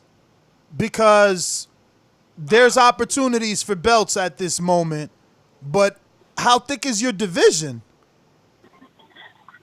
I don't 90 know. I know seconds. everybody that can go in between. They've said they can go there, but I don't know nobody at Who have you 168. heard? Who have you heard that can go in between? Lauren said he could. Ant said he could. He said he might squeeze 168. Who's somebody else? But yeah, just the people that are at their own weight, but that can float in between there. But there's nobody really at 168. Like me and Jimmy weren't even at 168. We met at one. We're gonna meet at 168. Yeah, that sucks, man. Because how do you put a title on the line for a division that only has 2 people? You know, that's what I'm saying, man. But I mean, I would. Hey, man, if you do put a belt on there, man, I will stay and I will defend it. Whoever comes for it. Yeah, but I mean, obviously you're gonna have to stay. We need to. You know what we need to do? That's what it is. We need to stick to official weight classes as much as possible. But 168 is super middleweight, so that's a perfect weight class. 154, which is where Maserati and Fern are fighting, is perfect. That's middleweight. So, and even. Even Anthony and what's the name? That's cruiserweight. That's cruiserweight. They better be careful, man. Last time I was 216, I knew I could have made got under that 200, but I ain't gonna do it to him. Ooh, man, hey, that'd be dangerous at that weight, man. But how's training going, bro? Have you gotten in the ring yet? I don't mean sparring. I don't mean sparring. I'm just saying, have you gotten in the ring, the padded mat? Have you been able to shadow box in there? You know, shadow box with the 3-pound weights, do some pad work in there, move around in there? No? No. All that's gonna kick off starting this week. Like this, it's all been way up to this point, and then all the boxing is from here on out. You know, okay, really, it's so just been like hitting pad work, hitting bags, moving around, practicing on our steps and stuff, and. Now it's finna get all kicked in gear. We're finna step in the ring, finna get more sparring in. So you have a bag in your. Because it's like you hitting the bag in your garage. No, I go to they got like a gym here in town now where they do boxing in the morning. Okay. No ring though. So it's got a mat on this. It's just a padded mat on the floor with ropes around it, but where Vega's at, we might go there just to get in the ring. Did it look anything like our? Did it look anything like my gym's ring? Because I was just on the floor. It looked like the one where y'all were at. Oh, that's New Jersey. They look like that one. Yeah, that's fine. Shit, that's a ring. That's just the cheapest one, man. You know. Because as they get off the floor, they cost more. Oh yeah, but yeah, it's just like that. So I'm figuring this is the exact same thing. It'll be fine. Yeah, hell yeah. Yeah, all that. But like up to this point, man, it's just I've been focusing on weight. I have been working on the skills and stuff. Just keep the things like the cardio and keep having the ability to keep my hands up, keep my arms up, punching. And I'm working with my brother also. So, but all the serious boxing training is going to come into effect this coming week. And why do you call it serious boxing training? What's going to change? It's just a more up tempo, more serious. It's more behind it. It's gonna feel it's like it's camp, but now it's gonna really feel like camp. It's gonna be all boxing. Like it's not gonna be as much like weights and hitting like the regular gyms, getting on treadmills and stuff. It's gonna be more road work, hitting pads, hitting bags, sparring, all the main stuff like that. All the main things that I didn't focus on the last time is gonna be like that this time. So my recommendation is sprints. It's a 3-round fight. I've done long runs in the past. I mean, obviously I'm probably not the guy to talk to because even though I run, I still smoke. But I feel like long runs ain't doing it. I think sprints this camp would be better because a fight is that. It's like high heart rate, So why do a long 3-mile, 5-mile paced run when you're never gonna fight a pace fight? Well, that's what I've been doing. Is just I'm doing that things by like time. Instead of like the Border Wars time, I do just like regular 3-minute rounds of everything. That way, I'll have that more energy to be able to do this. Absolutely. Because instead of the normal 2 minutes, I'm hitting like 3.5 minutes every day, hitting at least like 6 rounds of everything. And especially with running, because with running, it's not a problem. You know, I'll just hit all the way down to the timer's done, rest, and then hit all the way back to the timer's done again. And how old are you, Matt? I am 23, be 24 in October. Oh, nice and young. How old is Jemmy? I don't know. I have no clue. Jemmy, put that in the chat, exactly. Jemmy. How old is Jemmy? Because, okay, I know Jemmy's been in the war though. He's been in like he's come back and shit from like I think. Jemmy should need to call in, but yeah, I believe he's fought for this country. Yeah, I think so too. He says you run for pace, for longevity. Your sprints. Yeah, and that's the thing. We not going 12 rounds, so why go 5 miles? Fuck that shit. I'm telling you, I'm doing sprints this time around, and more like interval training because that's high level. That's intensity. Like it ain't a 5, 6, 7, 8 round. Yeah, fight. Man. And it's just I like the things I said. Like the thing I said yesterday with in the sauna suit, man. That shit was hard. I did my 6 rounds outside, and it's 100 degrees out here in Texas, man. On top of that sauna suit, just stay hydrated, bro. Stay hydrated because you don't want to pass out. Oh, I already know, man. They're taking the safety, especially with everybody getting injured, man. I was talking to my brother about this yesterday. It's all safety. It's like, that's why I was saying, like, man, I got to be careful coming this time around. That's why I was gonna pick it up here. These coming the rest of the weeks, the rest of the 8 weeks.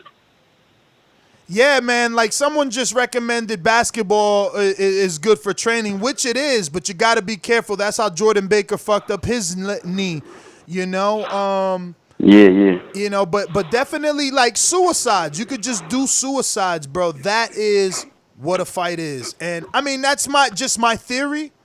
That's just my theory, but it's something that I'm going to definitely implement myself. Let me get to a few other callers. Obviously, I got your promoter on the line, Matt, but thanks for calling in. Thank you again for signing up. Thank you for taking it serious, bro. I know you're going to make it an exciting fight. I mean, your style and Jemmy's style is just going to be a clash of wars, I know. Jemmy says he's 30, so you are 7 years younger. Is that youth going to show up? 30?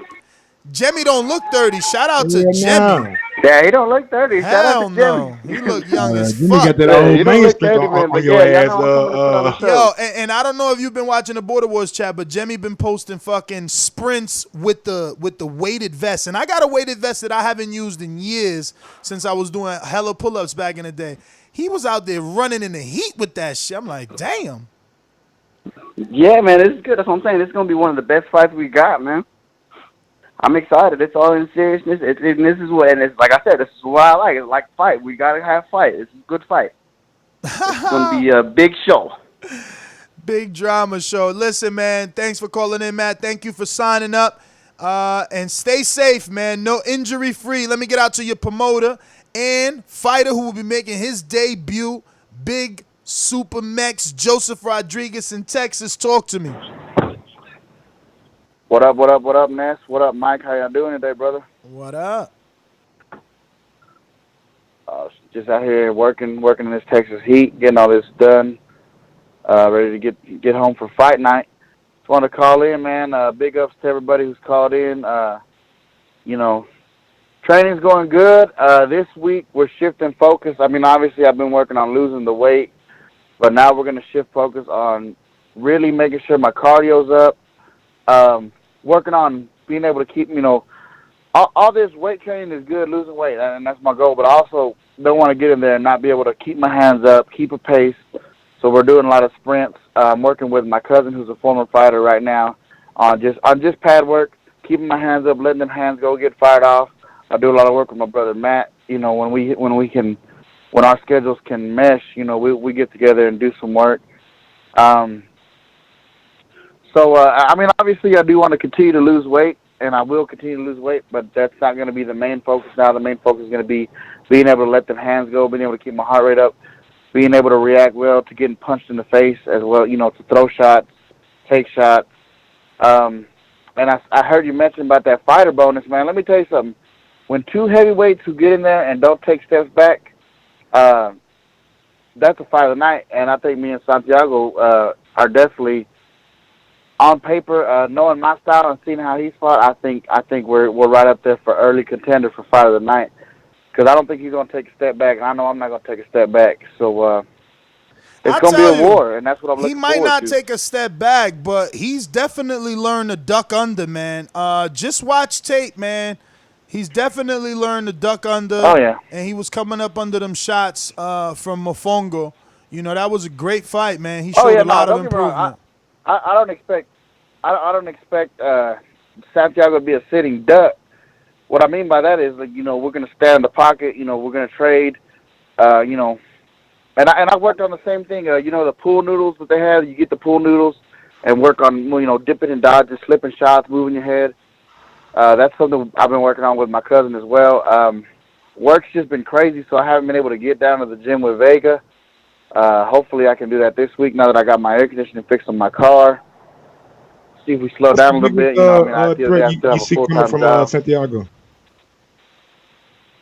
What'd you say, Mike? Do what? The biggest threat that he sees coming from Santiago. His heart. Yeah. Dude's got mad heart. Dude's got something to prove. He's got experience. You know, he's got nothing to lose. To me, when you look at it on paper, he got nothing to lose. Exactly. You know, he's coming in. Like I said, it's somebody that people don't expect much from, and with experience, that's dangerous. You know, I've never been in the ring yet, so not that I think I'm not going to fare well, but you know, that's just when you look at things on paper, certain things stick out. But definitely, his biggest factor, I say, is his heart. The man's not going to quit. You know, but I got to go in there and just put a beating on him. I got to knock half that box rec knowledge out of his head come September 13th. Hey, man, I'm excited, man. I'm excited. You know, just you know, it's going to sound egotistical, right? Especially Mike being my co-host, you're going to look at me as conceited. But just so people know, like, at least you calling me out. Like, you know what I mean? So he coming in with a plan, and he's got no fear, unlike most picking and choosing. So I'm excited for your fight. The way I'm telling N.O. to be excited, because I need you to look good enough for a guy like Mitty not to shame me if we do get in a fight. You know what I'm saying? I'm waiting for one of y'all dudes to look great. Like I said, I want to look good against Santiago. I heard Bola de Grasa wants, he thinks he's going to get past Mofongo, and he wants the winner of this fight. Maybe me and him could hook it up, put that WBO strap at the next one. And then, like I said, I want to make a big fight with Nestor Gibbs. I want a unification fight. But, you know, so that's going to be part of the process. Let me tell you, man, that Eddie and Mofongo fight, that's going to be a good fight. I'm praying Eddie doesn't back out. Yeah. I hope he doesn't pull out, like, you know, because he's coming all the way from Vegas, but that is going to be a good fight. Mofongo. And Eddie's the guy that was, he is a big guy, right? He had to come down from a lot of weight, too, right? Yes. Yeah, he was like 286. See, and he's short. He's like 5'10" or less. Maybe he's 5'6", 5'8". He's short. I don't know how short because everyone feels short to me, but I sparred him, though. I'm rooting for Eddie. I'm rooting for Eddie because I know what that's like, man. It's hard. It's easy to say, you know what, I don't need to do all this. It's a lot of hard work to sit there, stay dedicated, stay losing his weight, stay focused. So I hope he does well. And like I said, I mean, either way, though, the winner of this fight, the winner of that fight could meet because if somehow, you know, which I doubt, but if somehow Santiago can pull off a miracle win off me, you know, him and Mofongo was a good fight. They could even rematch if they both take a loss. And me and Eddie could hook up, like I said, and work our way to that Nestor Gibbs fight. Hell yeah. Like, listen, eventually, if Santiago wins and Mofongo wins, then you and Eddie make sense. And vice versa. If you win and Eddie win, then that's what makes sense. Like, yo, you know, it'll be done the right way, bro. We want to see the progression and the weight loss, right? Because look at Marvin. Like, the fight that I should have got is Marvin. You are way too much background noise. The fight that I should have got is Marvin, but is in his best interest to move down in weight, you know? And that's what Border Wars is about. Like, shit, imagine we get on the Biggest Loser level, but it's through boxing. So, you know, while I call Marvin names, at the end of the day, his wife is going to be happier when he's 195. And when he defends that belt, if he can beat Anthony at 185, she's going to be even happier. He's 24 years old, married, homeowner, car, diesel mechanic. Last thing to check the last box, right, Mike, is to have that fabulous body, and Border Wars is helping him do that. Let me go out to Matt Garcia. Excuse me? That's all he needs is that good body. Yeah. Imagine himself looking like Anthony Yard, all because of Border Wars. Or Anthony Edwards, right? Imagine Marvin looking like Anthony Edwards. Edwards out here looking like Anthony Yard. Shit. Let me get to the other half of the all-out Mexican affair between Machine Gun, Matt Garcia. I bring you Jemmy. I hope you know how to unmute yourself. Oh, he does. What's going on, brother? What's up? Chill. What's up? Oh, never mind that. So what's up, man? Was that a weighted suit? Because I know you were in the military, so that could have just been like your army suit where you throw the fucking... Hell yeah. Issued. That's an issue vest for war. Oh, so that's not weighted then. That was just the... Yeah, it is. That shit's like 40 to 50 pounds shit. Oh, okay. Damn. Because I got one that looks like that, but it's not an army one, so I figured yours was just had all the pockets for the... My shit bulletproof. It takes like 2 AK bullets. Oh, shit. And you were sprinting, so how far were those sprints, man? I don't know. I don't know how long my fence is, to be honest. But it's quite a bit. I mean, I run every day and shit, so it's definitely, my cardio is definitely gonna be better. I run every day. Now, did you do any running in the past?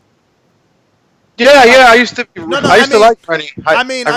I meant to say. I'm sorry to interrupt or cut in, but I meant because I just want you to get it right. Like, for the last fight, did you run? No, I didn't do anything for the last fight. Just hit the bag here and there, and I would smoke out of my bong and shit, and then go back inside. And I wasn't a southpaw. I mean, because my left hand wasn't strong enough, so I went southpaw, and I still won though. But this time I'm gonna do it right. I'm gonna work out, and I'm gonna use my strong stance. So you're going orthodox? Hell yeah! I hit a lot harder with that shit. My right hand. And now you're working with a trainer, right? No, he's kind of. I don't know how to explain the situation with that dude, but nah, not anymore. Oh, he's not available. Yeah, you could say that. You could say he's too busy. Okay. Doing what Tyson Fury did. I get you. Damn. So, have you been able to find any local boxing gyms or no? Nah, man. I live out. If you see the videos I've been posting, I live out in the fucking middle of nowhere. I seen you running, bro. It looks like you're in like a movie of like Children of the Corn or some shit. It's just like all grass fields. Yeah, it's all fucking chicken houses and corn here. That's all they got. I'm assuming you're like really close to like PA, right? Like all those Amish communities. Is that what it is? There's an Amish community here. They built houses and shit. Yeah, you know, when I was dog hunting, they are heavy and deep in PA. Like I drove as deep into PA as like 4 hours to check out a dog. But yeah, man, it's all grass fields out there. I get it, man. So it probably isn't any gyms, huh?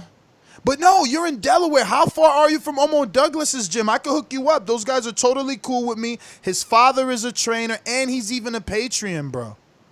Yeah, but we talked about this. He lives in Wilmington. Oh. That's like 2 hours. I'm a pothead, bro. My bad. It's alright. Shit. I know the feeling. Yeah. So you quit smoking for this fight, or you still smoking? No, I definitely cut down. See, I smoked a lot. Like I heard him say before, yeah, I know he smokes, but no, I smoke weed. Like I smoke weed like people breathe air. I love it. You know, I cut down. I've been smoking like a bowl a day. That's it. But that definitely has impacted my lungs a lot. Yo, but the thing is this, right? Like, I don't watch football. Mike, this is probably where you'll unmute yourself and talk to us a little bit. How did Ricky Williams get over 100 yards rushing every... Bro, all that shit don't matter, man. Like, motherfuckers take smoking weed to the next level. That shit don't really affect you, my nigga. As long as you put the work in every motherfucking day, niggas can go do what they want to do, bro. Basketball players do it all the time. Football players do that all the time. Like that smoking shit is overrated, bro. You mean? Well, I smoked and I didn't work out though. You know, I just went to work and did shit, normal things, but I I'll didn't be work out at honest. all.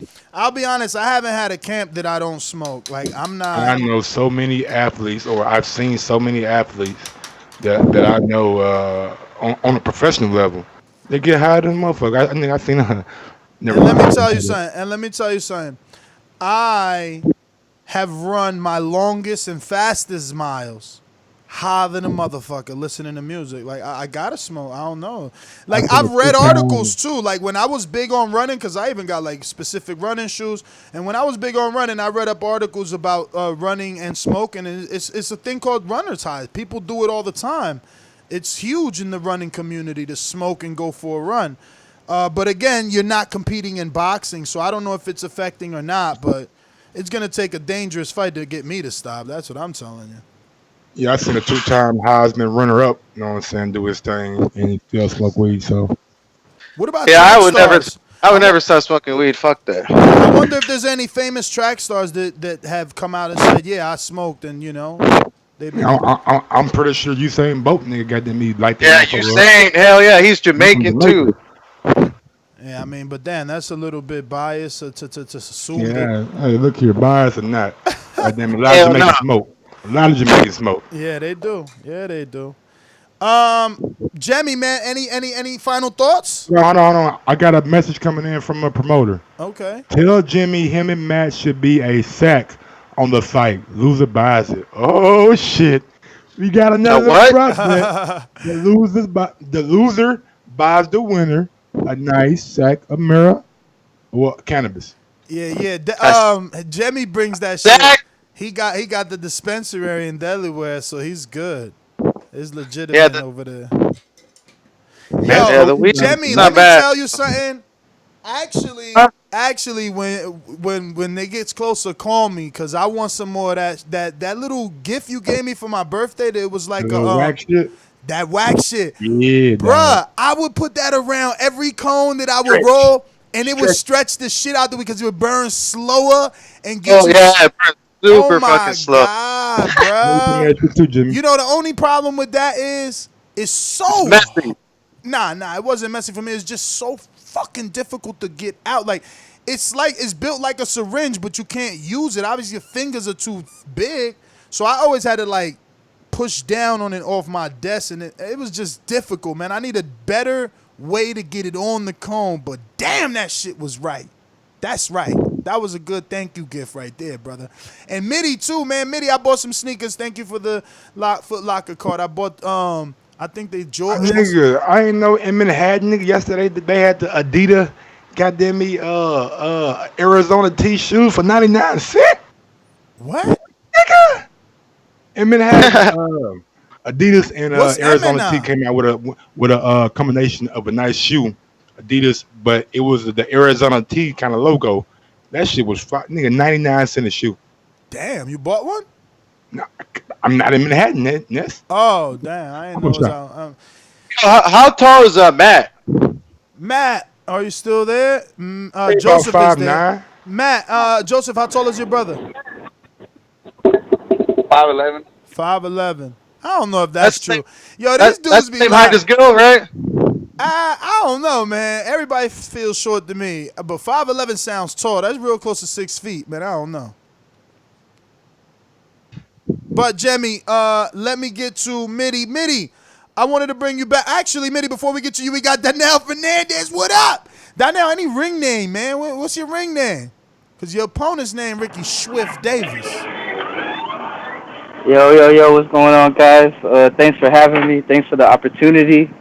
Ring name, let's go with Darnell Ironflower Fernandez. Let's do that.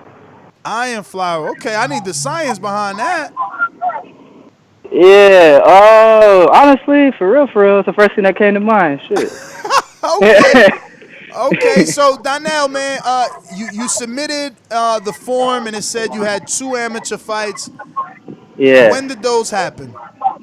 Man, I know that it's well over, it got to be close to 10 to 12 years ago. I had like an exhibition that I came in on like a 1 week notice just for they're doing a little local card down in Orlando.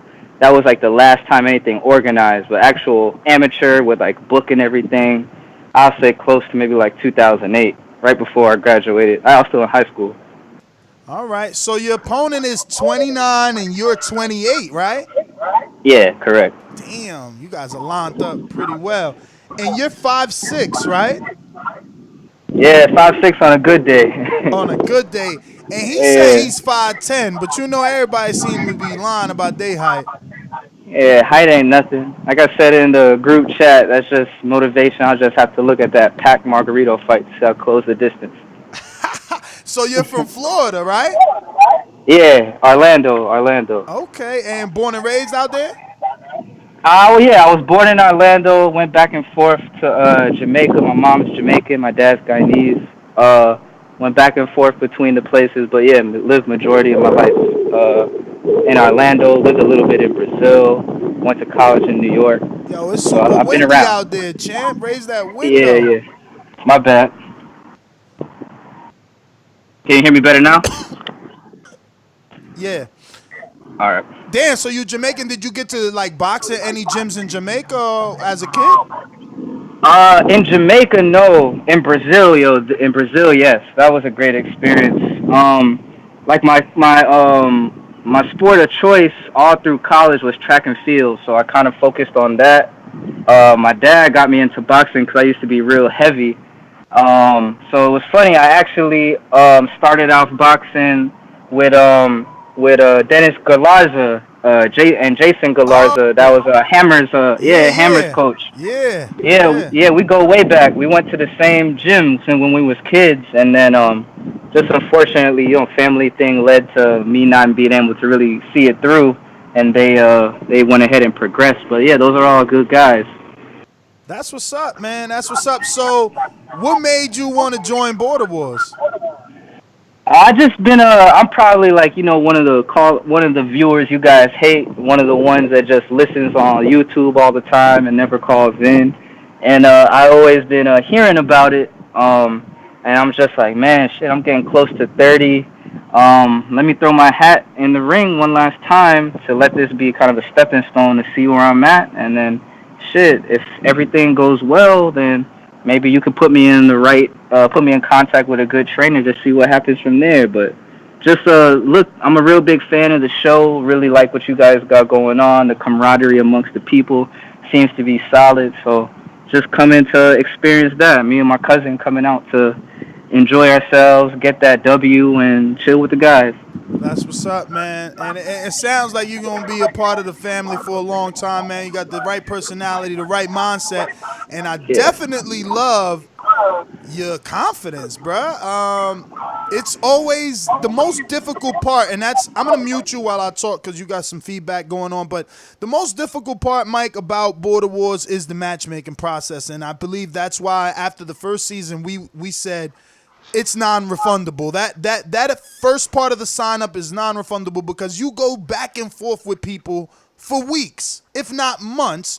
Right now, I'm still going back and forth with like 3 people who want to sign up and want to fight, but they want to see footage and they're afraid, and am I going to matchmake them right? And it's like, bruh, look at the past 5 Border Wars. Have you ever seen anyone hurt? We haven't, no one gone to the hospital, no concussions, nothing. The biggest injury was Koala, who twisted his ankle and caused an Achilles heel, whatever, injury, or MCL, something like that. I don't know the exact, but it was that. Obviously, it came from a punch, right? The punch caused him to lose his balance and, whatever. But that's it. Like, the fights have been completely good. Nothing crazy at all. But the matchmaking process is still the most difficult one. It's still the most difficult one. So for a guy like Darnell, is like, yo, I don't need no footage, man. 147, what he said, 145, 147, 154, 160, I'm good. I'm like, okay.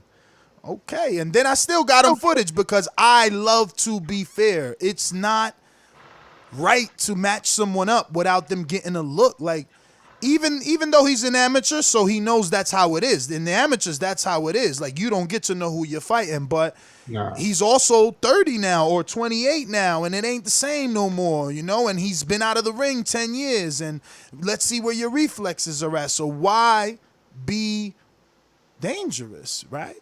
So for those thinking about it, we use 16-ounce gloves, but we do use USA Boxing Approved headgear, which is used in the amateurs, which is open face, you know? And yeah, man, we just try to keep it clean, man. We try to keep it fair. And the confidence of Darnell gave me confidence in matching him with Ricky Swift. But you both have been out the ring for as long as you have. But it is evenly matched. I mean, in terms of weight, height, and the experience. Obviously now, hearing that you used to train with the Galazas, definitely in the experience factor, you guys are there. So what could you tell us about your style? Can you guys hear me? Yeah. Yeah. Oh man, my style. I mean, getting back into the gym maybe about 2 months ago has definitely changed. I used to be a real fast twitch type of guy. Now I'm still trying to get that back. So I could say I would like to work a lot off my jab and just work from there. I could definitely switch if need to be. I can fight out of the southpaw stance as well as orthodox. But I can make adaptations to the style of my opponent and just do whatever I got to do to get that W. For sure, man. So I don't know what else to ask other than if you got any final thoughts before we keep it moving. No, man. Like I said, I appreciate you guys taking my call and for giving this opportunity to people like myself and Swift that I guess took up the sport a while ago and just trying to pick up to see where we at now. It's going to be a great opportunity for both of us. Not trying to sound like Mitty and those UK guys, how he said we're too polite, but I mean I do wish them all the best. There's no ill will on my end, and hey, just like I said, I'm ready to come, show up and show out. Me and my cousin are coming through to enjoy a great time. All right. So what weight is your cousin? He ain't fighting? Nah. He's not a fighter. He's a he's gonna be my mouthpiece. Okay, the coach. Yeah, he's my coach. He's gonna be my coach. He the hype man. Okay. Yeah. But you guys will really like him too. I'm trying to get my other cousin out there. He actually just got a job with Dazn. He lives out in New York. He's gonna be he's gonna be helping with those 40 days specials and stuff. Yes. So I'm gonna try to get him out there. I know he has a busy schedule, but hey, I mean, just so maybe he could he can correspond with you to see how we could grow the brand. Oh, man, that would be great, man. See, this is a community, bro. You never know what doors open.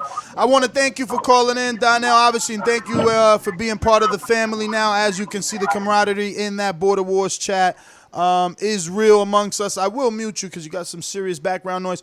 But, Mitty, I want to bring you back on because, obviously, you are Coach Mitty, and we've been discussing a lot of marijuana smoking and running and, certain exercises to do for high-paced fights.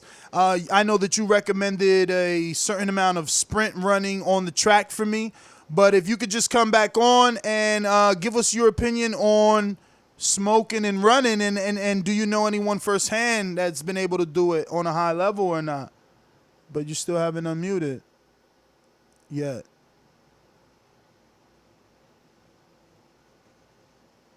Mute Mitty. I guess not.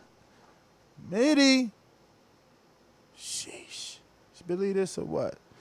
All right. Well, let's go to Troy in Baltimore. What up? What's up? How you doing? How are you, Troy? I'm great. Good show. Good show, man. I actually enjoyed it better than the other shows. Yeah, you give honestly, I'm gonna give you a big up because you're giving a lot of these cats an outlet to actually live dreams they may or may not have lived without Border Wars, right? Yeah, So man. It's everybody's it's a good dream thing to you're be doing. that fighter, though. Keep it real, man. Like, it's everybody. That's why I love Rocky so much. That scene when Rocky's in the basement and Tommy Morrison is in the ring, and he's like, yo, boom, and he's hitting the bag every time fucking Tommy throws a left hook. He's living vicariously through Tommy, and that's what the fuck we do when we out here. We like, Over again, pretty much. yeah, we like, go, yo, Thurman, throw the fucking right hand, Thurman. We living through Thurman. Yeah, but I got a question for you, man. Because you know, when I was in the military, I started a little club, right? And I was with Bravo Squad, and we got tired of boxing each other. So then we branched out to Alpha and whoever. I don't know how big you want to take it, but are you going to challenge the other podcast once you get a steady? Hold on a second, I got to cancel that alarm, right? I mean, yeah. Can you hear me? Yeah, I hear you. Yeah. I'm in here cooking. I set alarms to let me know when to take care of business. But yeah, you know, you plan on branching out to these other podcasts, and maybe they'll get a team and they'll challenge Border Wars versus. I don't want to give anybody any props because they all block me. So, but I was just curious about that. No, I hear you, man. The issue is, I mean, we're 6 seasons deep. We're public. Anybody's welcome to join, and we go to everyone's city. That's why it's a Border Wars, right? We go to your country, we go to your city, and yeah, man, we're more than open to working with anybody. Like, I offer Coogan the fight. Challenge him. Yeah, okay. I challenged Coogan. I offered him the fight in L.A. at the Wilder Fury. I mean, it was the perfect opportunity. Ben Davis offered to train him, so it would have been high level, right? But he's on his A side. I'm talking about as a group, though, Nets. Like you take a group of fighters with you.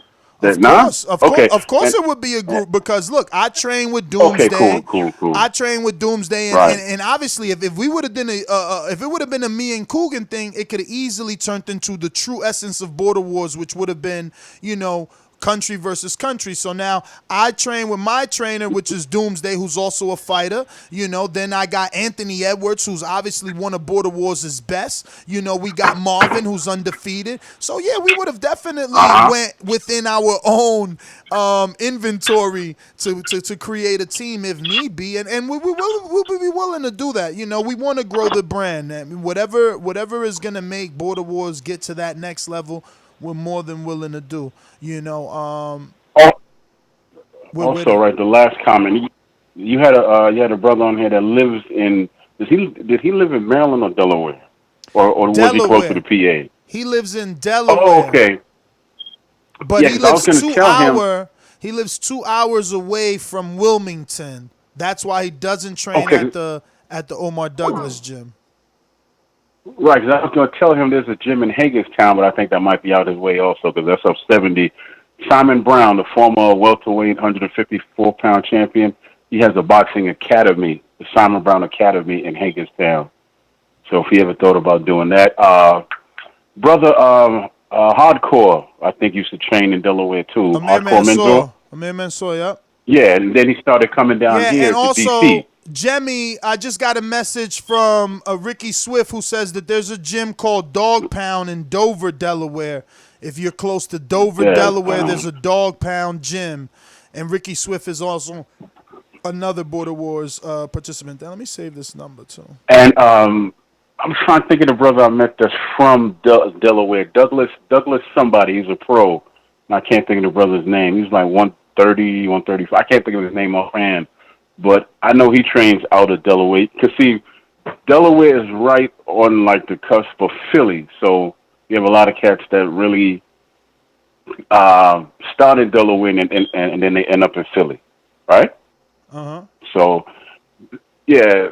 So tell him if he can't find one by him, there's always Philly, which is really not that far of a drive from him. Maybe 45 minutes, depends on where exactly he lives. I mean, if he's 2 hours from Wilmington, he got to be further from Philly. Oh, he said went to... Yeah, okay. Oh, he said he went to the Dog Pound. They closed. They closed for good, Jimmy? Okay. And how far are you I don't know Philly? Too much else. How far are you from Philly? That's Troy's question.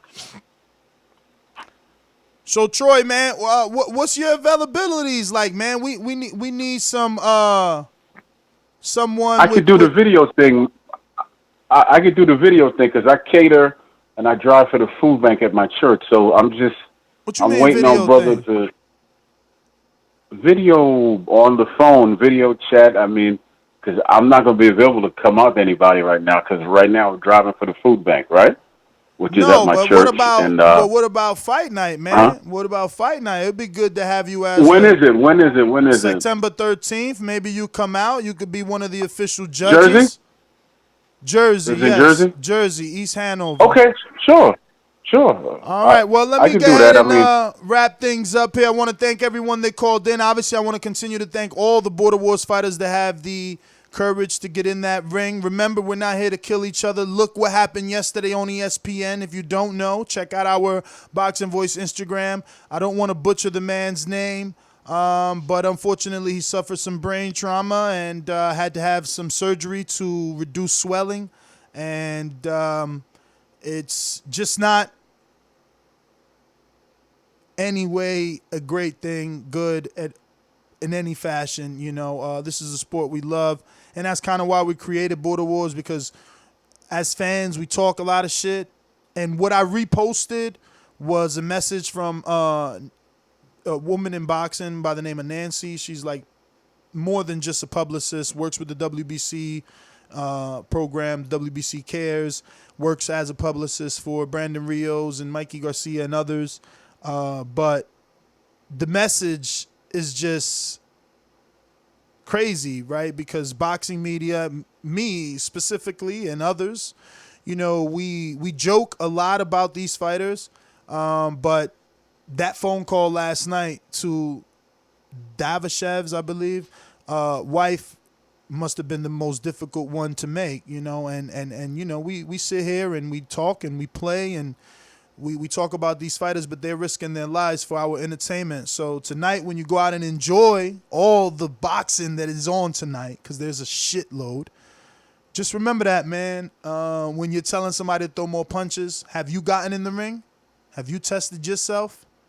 Have you ever been in a competitive matchup? And if you have, you probably won't be talking disrespectful. You know, you'll be talking from a pure boxing standpoint, but we need to be careful with what we say, and we need to wish these fighters the best, you know, because there is no health insurance for them. There's no backup plans. This is it, you know. So my prayers go out to Davashev and his, I mean, I'm butchering it, but you guys know what happened on ESPN. My prayers go out to him and his family, obviously. I hope he has a speedy recovery. He did get over the surgery, according to Steve Kim from ESPN. He got back from the hospital, and Maxim Davashev went through a 2-hour surgery for a hematoma, and a part of his skull was taken out for swelling. He is now in prognosis. He is now in the recovery area. Long term prognosis is not known. So yeah, man, it's just dangerous sport. So again, even the Border Wars fighters that will be protected, and remember, to all the new people signing up, we are fighting in 16-ounce gloves with open face USA Boxing approved headgear, cup protector, you know, wraps, because like in LA, my opponent tried to get in without wraps. So make sure you have some wraps, preferably 180 ones, not the little ones, so that your knuckles are exposed. Because again, this is about having fun and health. You look at a guy like Marvin. I mean, he started Border Wars at 248. I started at 278. Fucking Joseph is starting above the 350s and is way below that now. Matt obviously was in the 190s maybe or 80s, and he's going to be fighting at 68. Jemmy is getting down. Mitty stays at 160 every time there is a formidable opponent. Anthony remains looking like a Border Wars god. So, you know, it's about health, fun, you know, camaraderie, being, you know, look, especially now that there is no Canelo fight, you know. So one thing that Ricky Swift asked to put out there was, should we have the fight on a Saturday now, which would actually suit a lot of you. so that you don't have to spend an extra day of travel or something, right? Take an extra day off of work. Now that there's no Canelo fight on September 14th, should we just fight on Saturday? The gym will be open on Saturday, my gym, so we're all good with that. We just need to vote on it. What works for you? I'm your host, Nestor Gibbs. Find me on Instagram and Twitter at NestGTO. Mitty, you never came back. Freaking left our weed question out there. I'm giving you an opportunity now as I'm doing this outro, but you still haven't unmuted. What is going on with Coach Midday? Goodbye. Peace.